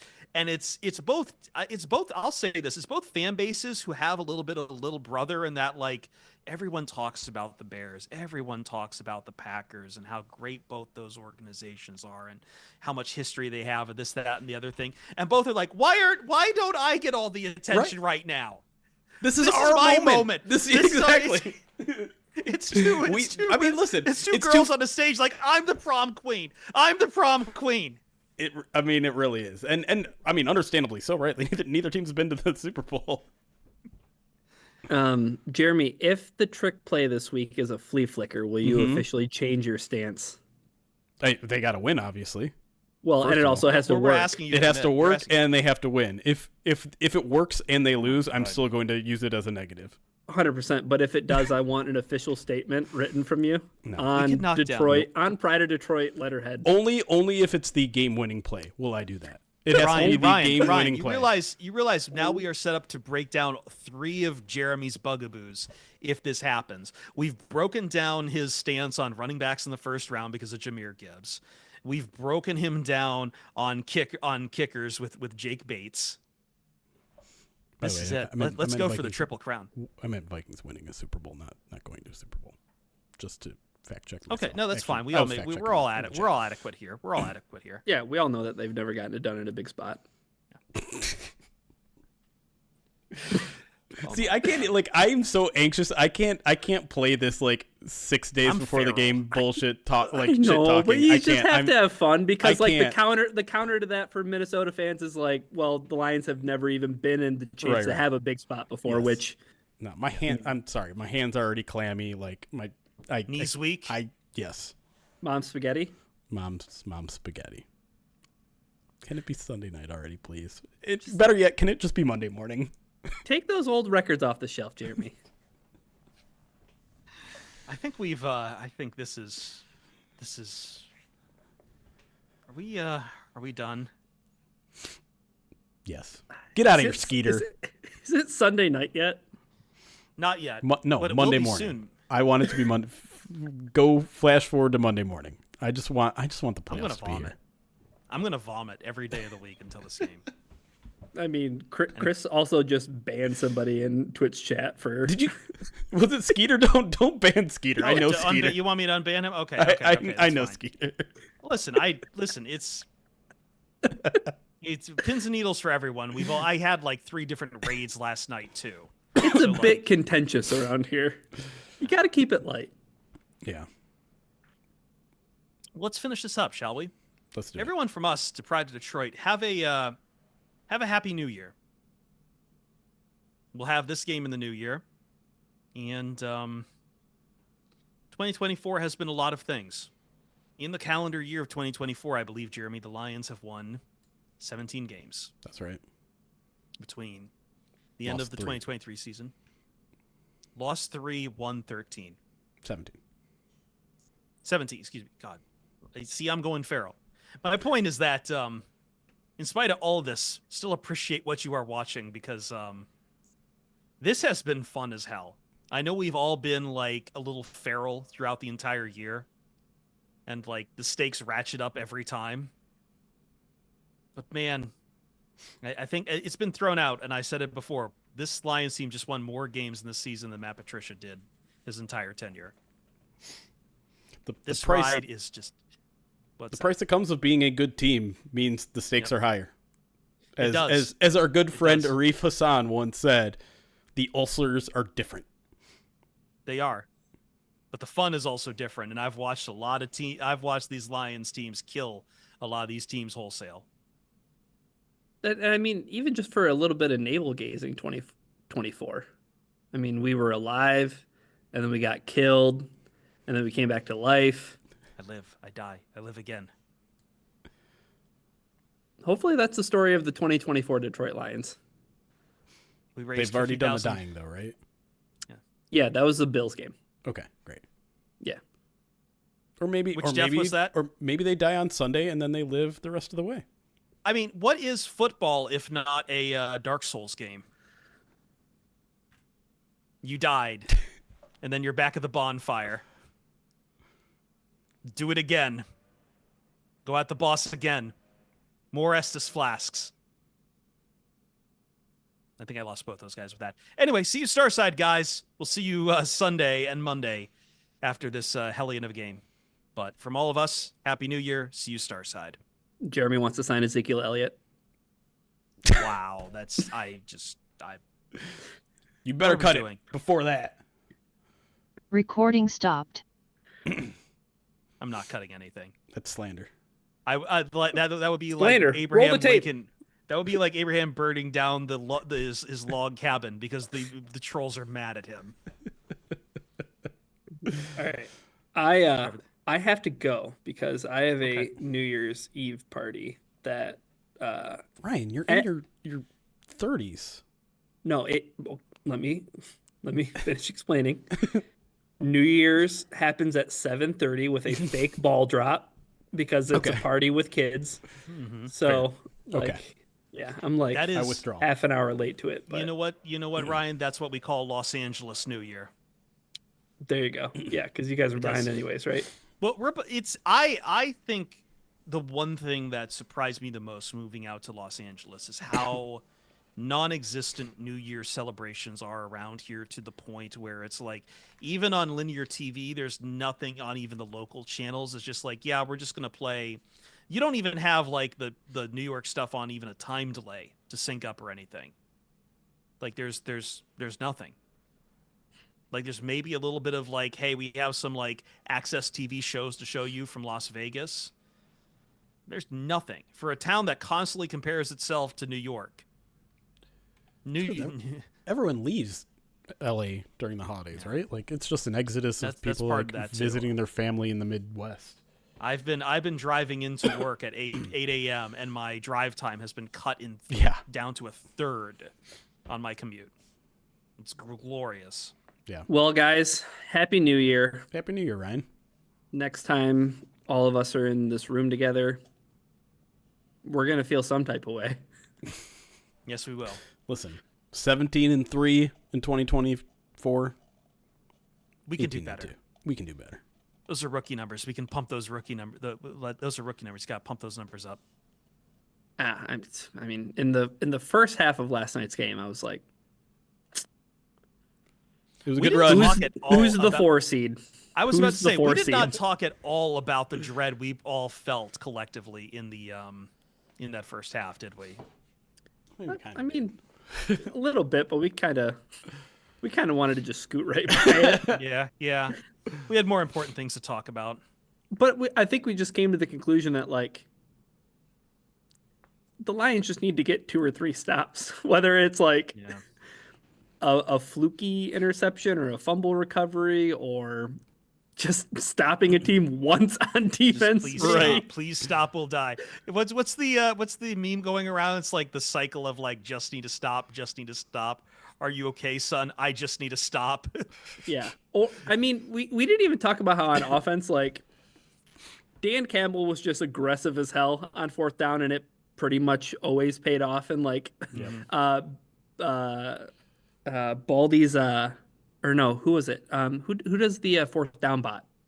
That's Baldwin. Is that Baldwin? Yeah. Ben Baldwin, yeah. Like you pointed out last night, Jeremy, it's like either kick the field goal or go for it, and it's both a 50% win proposition for the team. And like, but it was just so funny last night of the broadcast. Like every 4th down that was coming up and the Lions were going for it, like Joe Buck and Troy Aikman were just kind of like, yeah, the Lions are going for it, by the way. Yeah, like I feel like with any other team, they're like, well, I don't know about this decision to go for it on 4th down. They're just like, oh yeah, just so you know, and fully expected, the Lions are lining up to go for it, and you're just like, yeah, yep. Well, my favorite words out of Troy Aikman's house. Well, I guess the analytics say it. Go for it here. Yeah, I mean, I didn't have an issue with any of the decisions here, and I think they were all the right decision. No, I know some people wanted the field goal attempt in the first one. I think because it didn't work. Well, you're talking about the Sam Laporta. In retrospect, sure, but I think even as they were lining up, people were like, I don't know. Maybe you want to just take points here. You don't want to give momentum back to the 49ers. What was the score of the game at that point? I don't know. It was it might have been 7-6 at that point. No. Definitely wasn't tied. It wasn't tied. It was 21-13 at that point. Yes. Yeah. Oh no, okay. I wanted the Lions to go for that because I had seen the defense. Yeah, right. And I mean, to be fair, like you did hold them to a field goal, and they missed that field goal. So like, right, dude, they had to drive the length of the field, right? That's part of the appeal of going for it in those situations is that even if you fail, you're putting the opposing offense in a tough position. Which my dad finally understands now. Like the fact that like my dad. Wow, we're making progress with Wally. Dan Campbell is truly a miracle worker. Like, but legitimately, like I didn't have to explain any of the rationale. Like my dad was just like, yeah, let's go for it. Yep. And it's just like, okay. Like if you're converted, Dan Campbell, like if Holly Campbell were to be put on a ticket in politics in Michigan, like how landslide of a victory would that be? I feel like Doc Matty Ice in chat is once again basically summed up the neuroticism of fans that I'm talking about. The part I hate about this season that's just exhausting and frustrating. Historic Lions team and no one else gives us help. Chiefs get help from others. But okay, like let me take umbrage, stop you right there. I'm sorry, the Bears gave you help. Matt Eberflus gave you help. If the example is that the Chiefs get help from others, as far as are we talking? No, like I think he's talking about standings. I think he's talking about standings. Sure. Like okay. look at the division. The Chargers are 10-6. Anyway, let me finish the rest. Yes, yet the Packers beat everyone. Hailed as the best NFC North team, can't do shit. People play us like it's their Super Bowl. 49ers last night and get Honolulu flu after, then play Vikings and play like they forgot Darnold should have been out of the league this year. I mean, the Honolulu flu was a whole media constructed narrative that everybody forgot about. I feel like we owe some culpability there, but it was to me like I never took it seriously. Like, oh, this is actually happening. Yeah, I did ask Dan about it just to see what he would think about it, and he gave me the answer that I would have given, which is probably not. Teams forgetting who they are when they're playing the Vikings. I'm sorry, like this is kind of the experience playing Brian Flores' defense, which Jared Goff but like loves. Seeing it enough times to deal with it. For a lot of teams, it's kind of like, when the Ravens play an NFC team for the first time, the NFC team doesn't know what the hell to do about it. I think I also take umbrage with the fact of like teams are gunning for the Lions, but they're not taking the Vikings seriously. But aren't we also saying that the Vikings barely skirted by a couple times? Yeah. Why do you think that is? Do you think maybe teams are playing them a little bit better? Ultimately, like the Jacksonville Jaguars? Well, that's the other thing is like the Vikings got to play a third place schedule this year. True. Which means, I'm sorry, they did not play the same caliber. And there is a lot of teams in the NFL this year that are, I don't think it's all repeat. Actually, I think a lot of it is repeat division winners this year, Ryan. Outside of the NFC East, like, Bucks are probably winning the South again. 49ers are the exception, obviously. They've collapsed, but like Chiefs, Texans, Ravens are probably going to win their division again. Yeah. Like have they not locked that up yet? No, technically it comes down to tomorrow, but they are 18-point favorites against the Browns. Did you say tomorrow? Yeah. There's no Wednesday night football, right? I don't know at this point because the NFL likes to f with everything. That's true. I'm sorry, but also I just want to wake up and tomorrow be Sunday. Okay. And obviously like the Cowboys fell apart. There hasn't been a repeat winner of the NFC East in 20 years. But like besides that, the Bucks were still awesome again this year. The Bills are still awesome again this year. Like Texans were kind of iffy, but I feel like they were playing good up until that Lions game.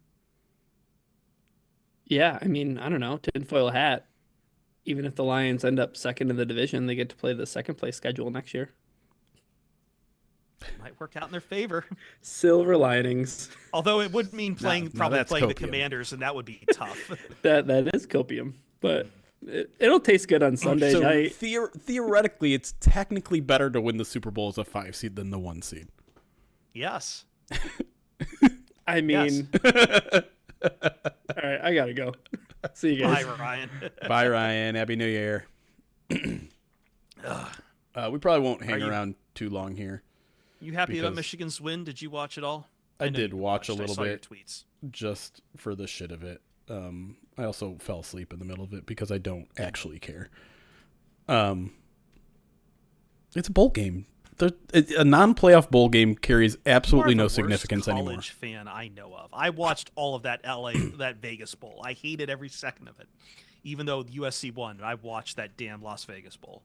But I think even like the most ardent college football fan can admit that bowl games don't even come close to mattering anymore. Like teams aren't playing their full squads. Here's the thing. I think it's tough for me because I know a lot of college football fans, and I feel like if you're really into college football, you care more about the full college football experience than like an NFL fan might feel interested in watching teams, not their teams outside the playoffs sometimes.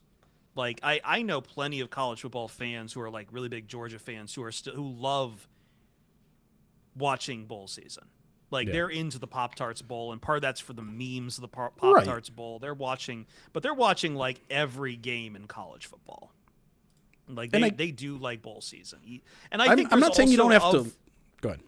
I was going to say, I think among some diehard college football fans too, like there is some pushback on this, on just what you are saying. They don't want to admit that bowls have been depreciated and want to show support to those bowls because the playoffs are just a specter of making college football into NFL light and losing a lot of their traditions. Yeah, I can see that. Like it's a last bastion of college football history and tradition, I guess. But yeah,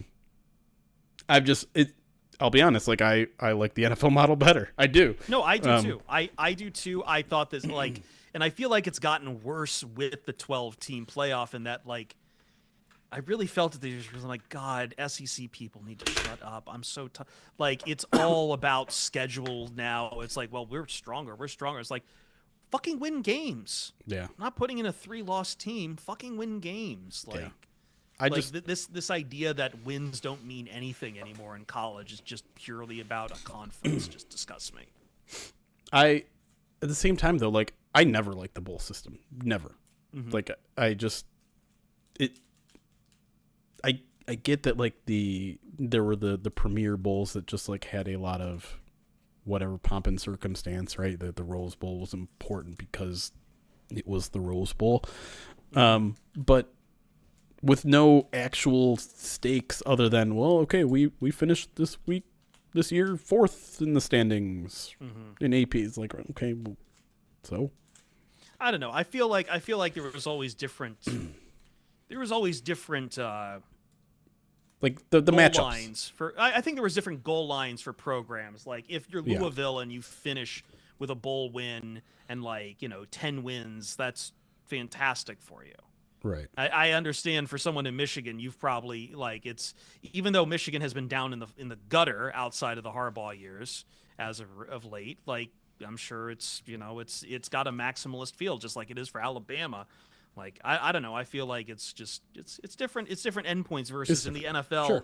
It does kind of get exhausting when everything gets narrowed down to just win the it's win the Super Bowl or nothing. Right.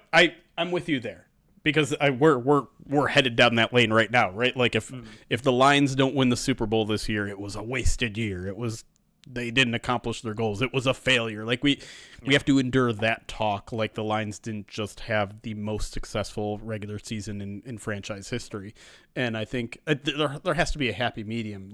Yes, it's going to be a disappointment if the Lions don't win the Super Bowl, regardless of what happens. I think that's why I'm being a little annoying about appreciating this team right now. Yeah. No, I get that because I'm with you. This has been a tremendous season. It's been incredibly fun, and I don't want to ever lose sight of that. I don't want to ever become the Patriots where I'm miserable for 3 months out of the year because they only won this many games and was only the 2 seed or only the 3 seed, and then ended up winning the Super Bowl, right? Or, but it's tricky because as naturally, it's going to happen naturally, right? As this team continues to play at a high level and the expectations continue to stay high, you are going to get disappointed if, they're 10-7 and the 7 seed. You are going to get disappointed if there's a wild card exit here or there that happens, which is, listen, it's likely to happen. Look at the San Francisco 49ers. Yeah. It's something crazy. Like they've gone to the NFC Championship game 7 times in the last 20 years, and the other 13 years they missed the playoffs. It's something crazy like that, which is insane to think about. We could even extend this further. Let's talk about the hated Packers and everything. There's that great Draw Play Dave comic about Green Bay in the playoffs and how many times they lose to San Francisco. Yeah. Specifically, lose to San Francisco, flame out in the playoffs. It's the old adage, 31 teams fail in the NFL. Yeah. 31 teams fail to win the Super Bowl. Only one can have the only glorious prize out here. Funny enough, I was going through history, and I was reminded of this because I know the NFL doesn't want to be reminded of this history at all. That back in the 60s, there was something called a playoff bowl. Do you know what the playoff bowl was, Jeremy? No idea. It was the battle for third place between the losers of the 2 conference games. Ew. You know who was very good at the playoff bowl in the 60s? Vikings? The Detroit Lions. What? In the 60s? Yes. With that fantastic defense they had. That's gross. The playoff bowl results, so there was only, let's see, we have the results. So it ran from 1960 to 1962. The Detroit Lions won 3 straight, 1960, 1961, and 1962. Ew. Beating the Cleveland Browns, the Philadelphia Eagles, and the Pittsburgh Steelers. I hate all of this. I hate. See? And that's why it's frustrating sometimes because the only thing that matters is one game. And that's probably why the NFL killed it and buried all Right. Right. But listen. Can you imagine the Lions having one more game after the NFC Championship game last year? How much everyone would be like, no, I don't want to do this. I think that's ultimately why they killed it too. Right. The players have to you miss out on the Super Bowl and you have to be well, play in your own little the not so Super Bowl. It was mostly it kind of ran into problems with the Pro Bowl, but also it was apparently the money the game was there to it was sponsored Burt Bell benefit. I guess it was raising money for the players pension fund this game. So, like, I mean, there's something to that. But yeah, no, I'm sure in this day and age, that's not something we could ever bring forward. No. Like, to go down to like, Miami. not even play Dan an Campbell Orange could Bowl. motivate a team to play in that game. A third place game, yeah. Oh, man. All right, let me get through some alerts here. There's only a few, and then I think we'll probably start wrapping it up here. Showboats TTV, they give it the follow on Twitch. How Now Brown Cow, 21 months, says, Jesus Rothstein, the Jamaican Jew, Jermaine Avocado Toast, Young PA, the Ghost of Mufasa, Young Charcuterie, Chile Limon, 3 Phones Jones. How Now Brown Cow, I don't know what I just said. I'm assuming that's lyrics. Wait, hold on. You probably activated some, like, you know, Mandarin. Did I just say the nuclear code? Nuclear? Yeah, Did I say nuclear? You activated an assassin somewhere. I'm just saying. I think he's like trying to give you like nicknames. A Jamaican Jew would be a weird one. I don't think I possess any Jamaican qualities. Well, we need to check now we have to get a 23andMe for Jeremy. I do like Jermaine Avocado Toast. I'll take that. That's close enough. That's very good.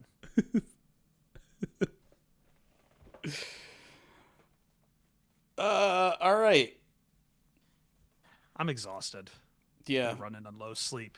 I have not been sleeping well either. Really quick, just to run down what to expect again. Midweek mailbag again is going to be a Pride of Detroit Direct exclusive this week. So if you're not subscribed to Pride of Detroit Direct, this would be a great time to do it down the stretch of the playoffs. You can say !PODD in the chat for that. PODD post game actually went out in the middle of this podcast. I submitted it earlier this morning. So should be out in your email inboxes now. That includes a call for questions. So you can respond to that to send me some questions that we'll answer. You'll get a tie article maybe tomorrow, and then maybe the PODD video on Thursday. We're definitely going to record that on Wednesday, which is, God, that's tomorrow. And then preview on Friday. So you're going to get a whole bunch of PODD in your inboxes. I mean, you're going to get Tuesday, Wednesday, Thursday, Friday. I don't know if we'll go live for the preview. As I said, I've had one day off in the past 3 weeks, and Thursday is my only day off, but I will record something short so we have a preview out there. Might even be able to get it out on Thursday, depending. And then I know I kind of am upset we haven't had as many chances to be live, and scheduling has been pretty tough with preview because it's a lot of people who've been having a lot of stuff going through their lives right now. But we'll get you a preview.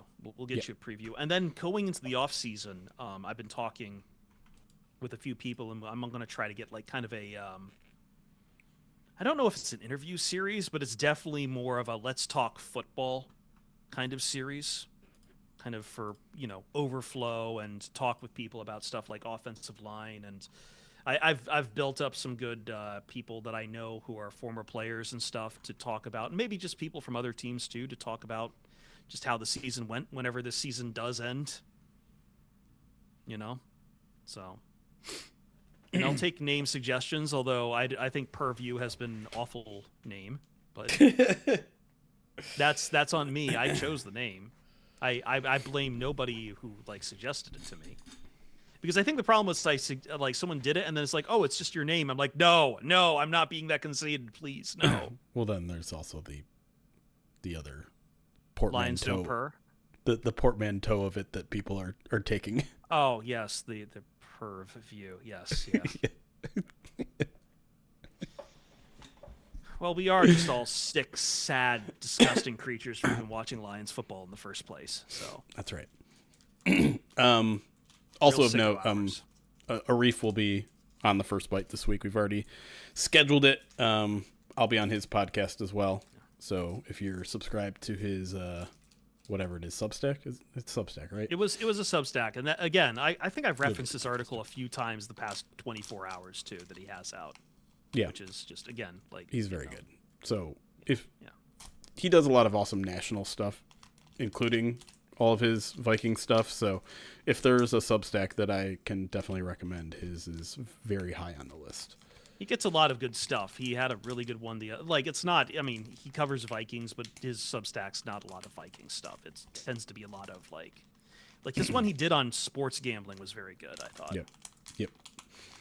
Like talking about just kind of the just how bad this entire legalization has been. Anyway.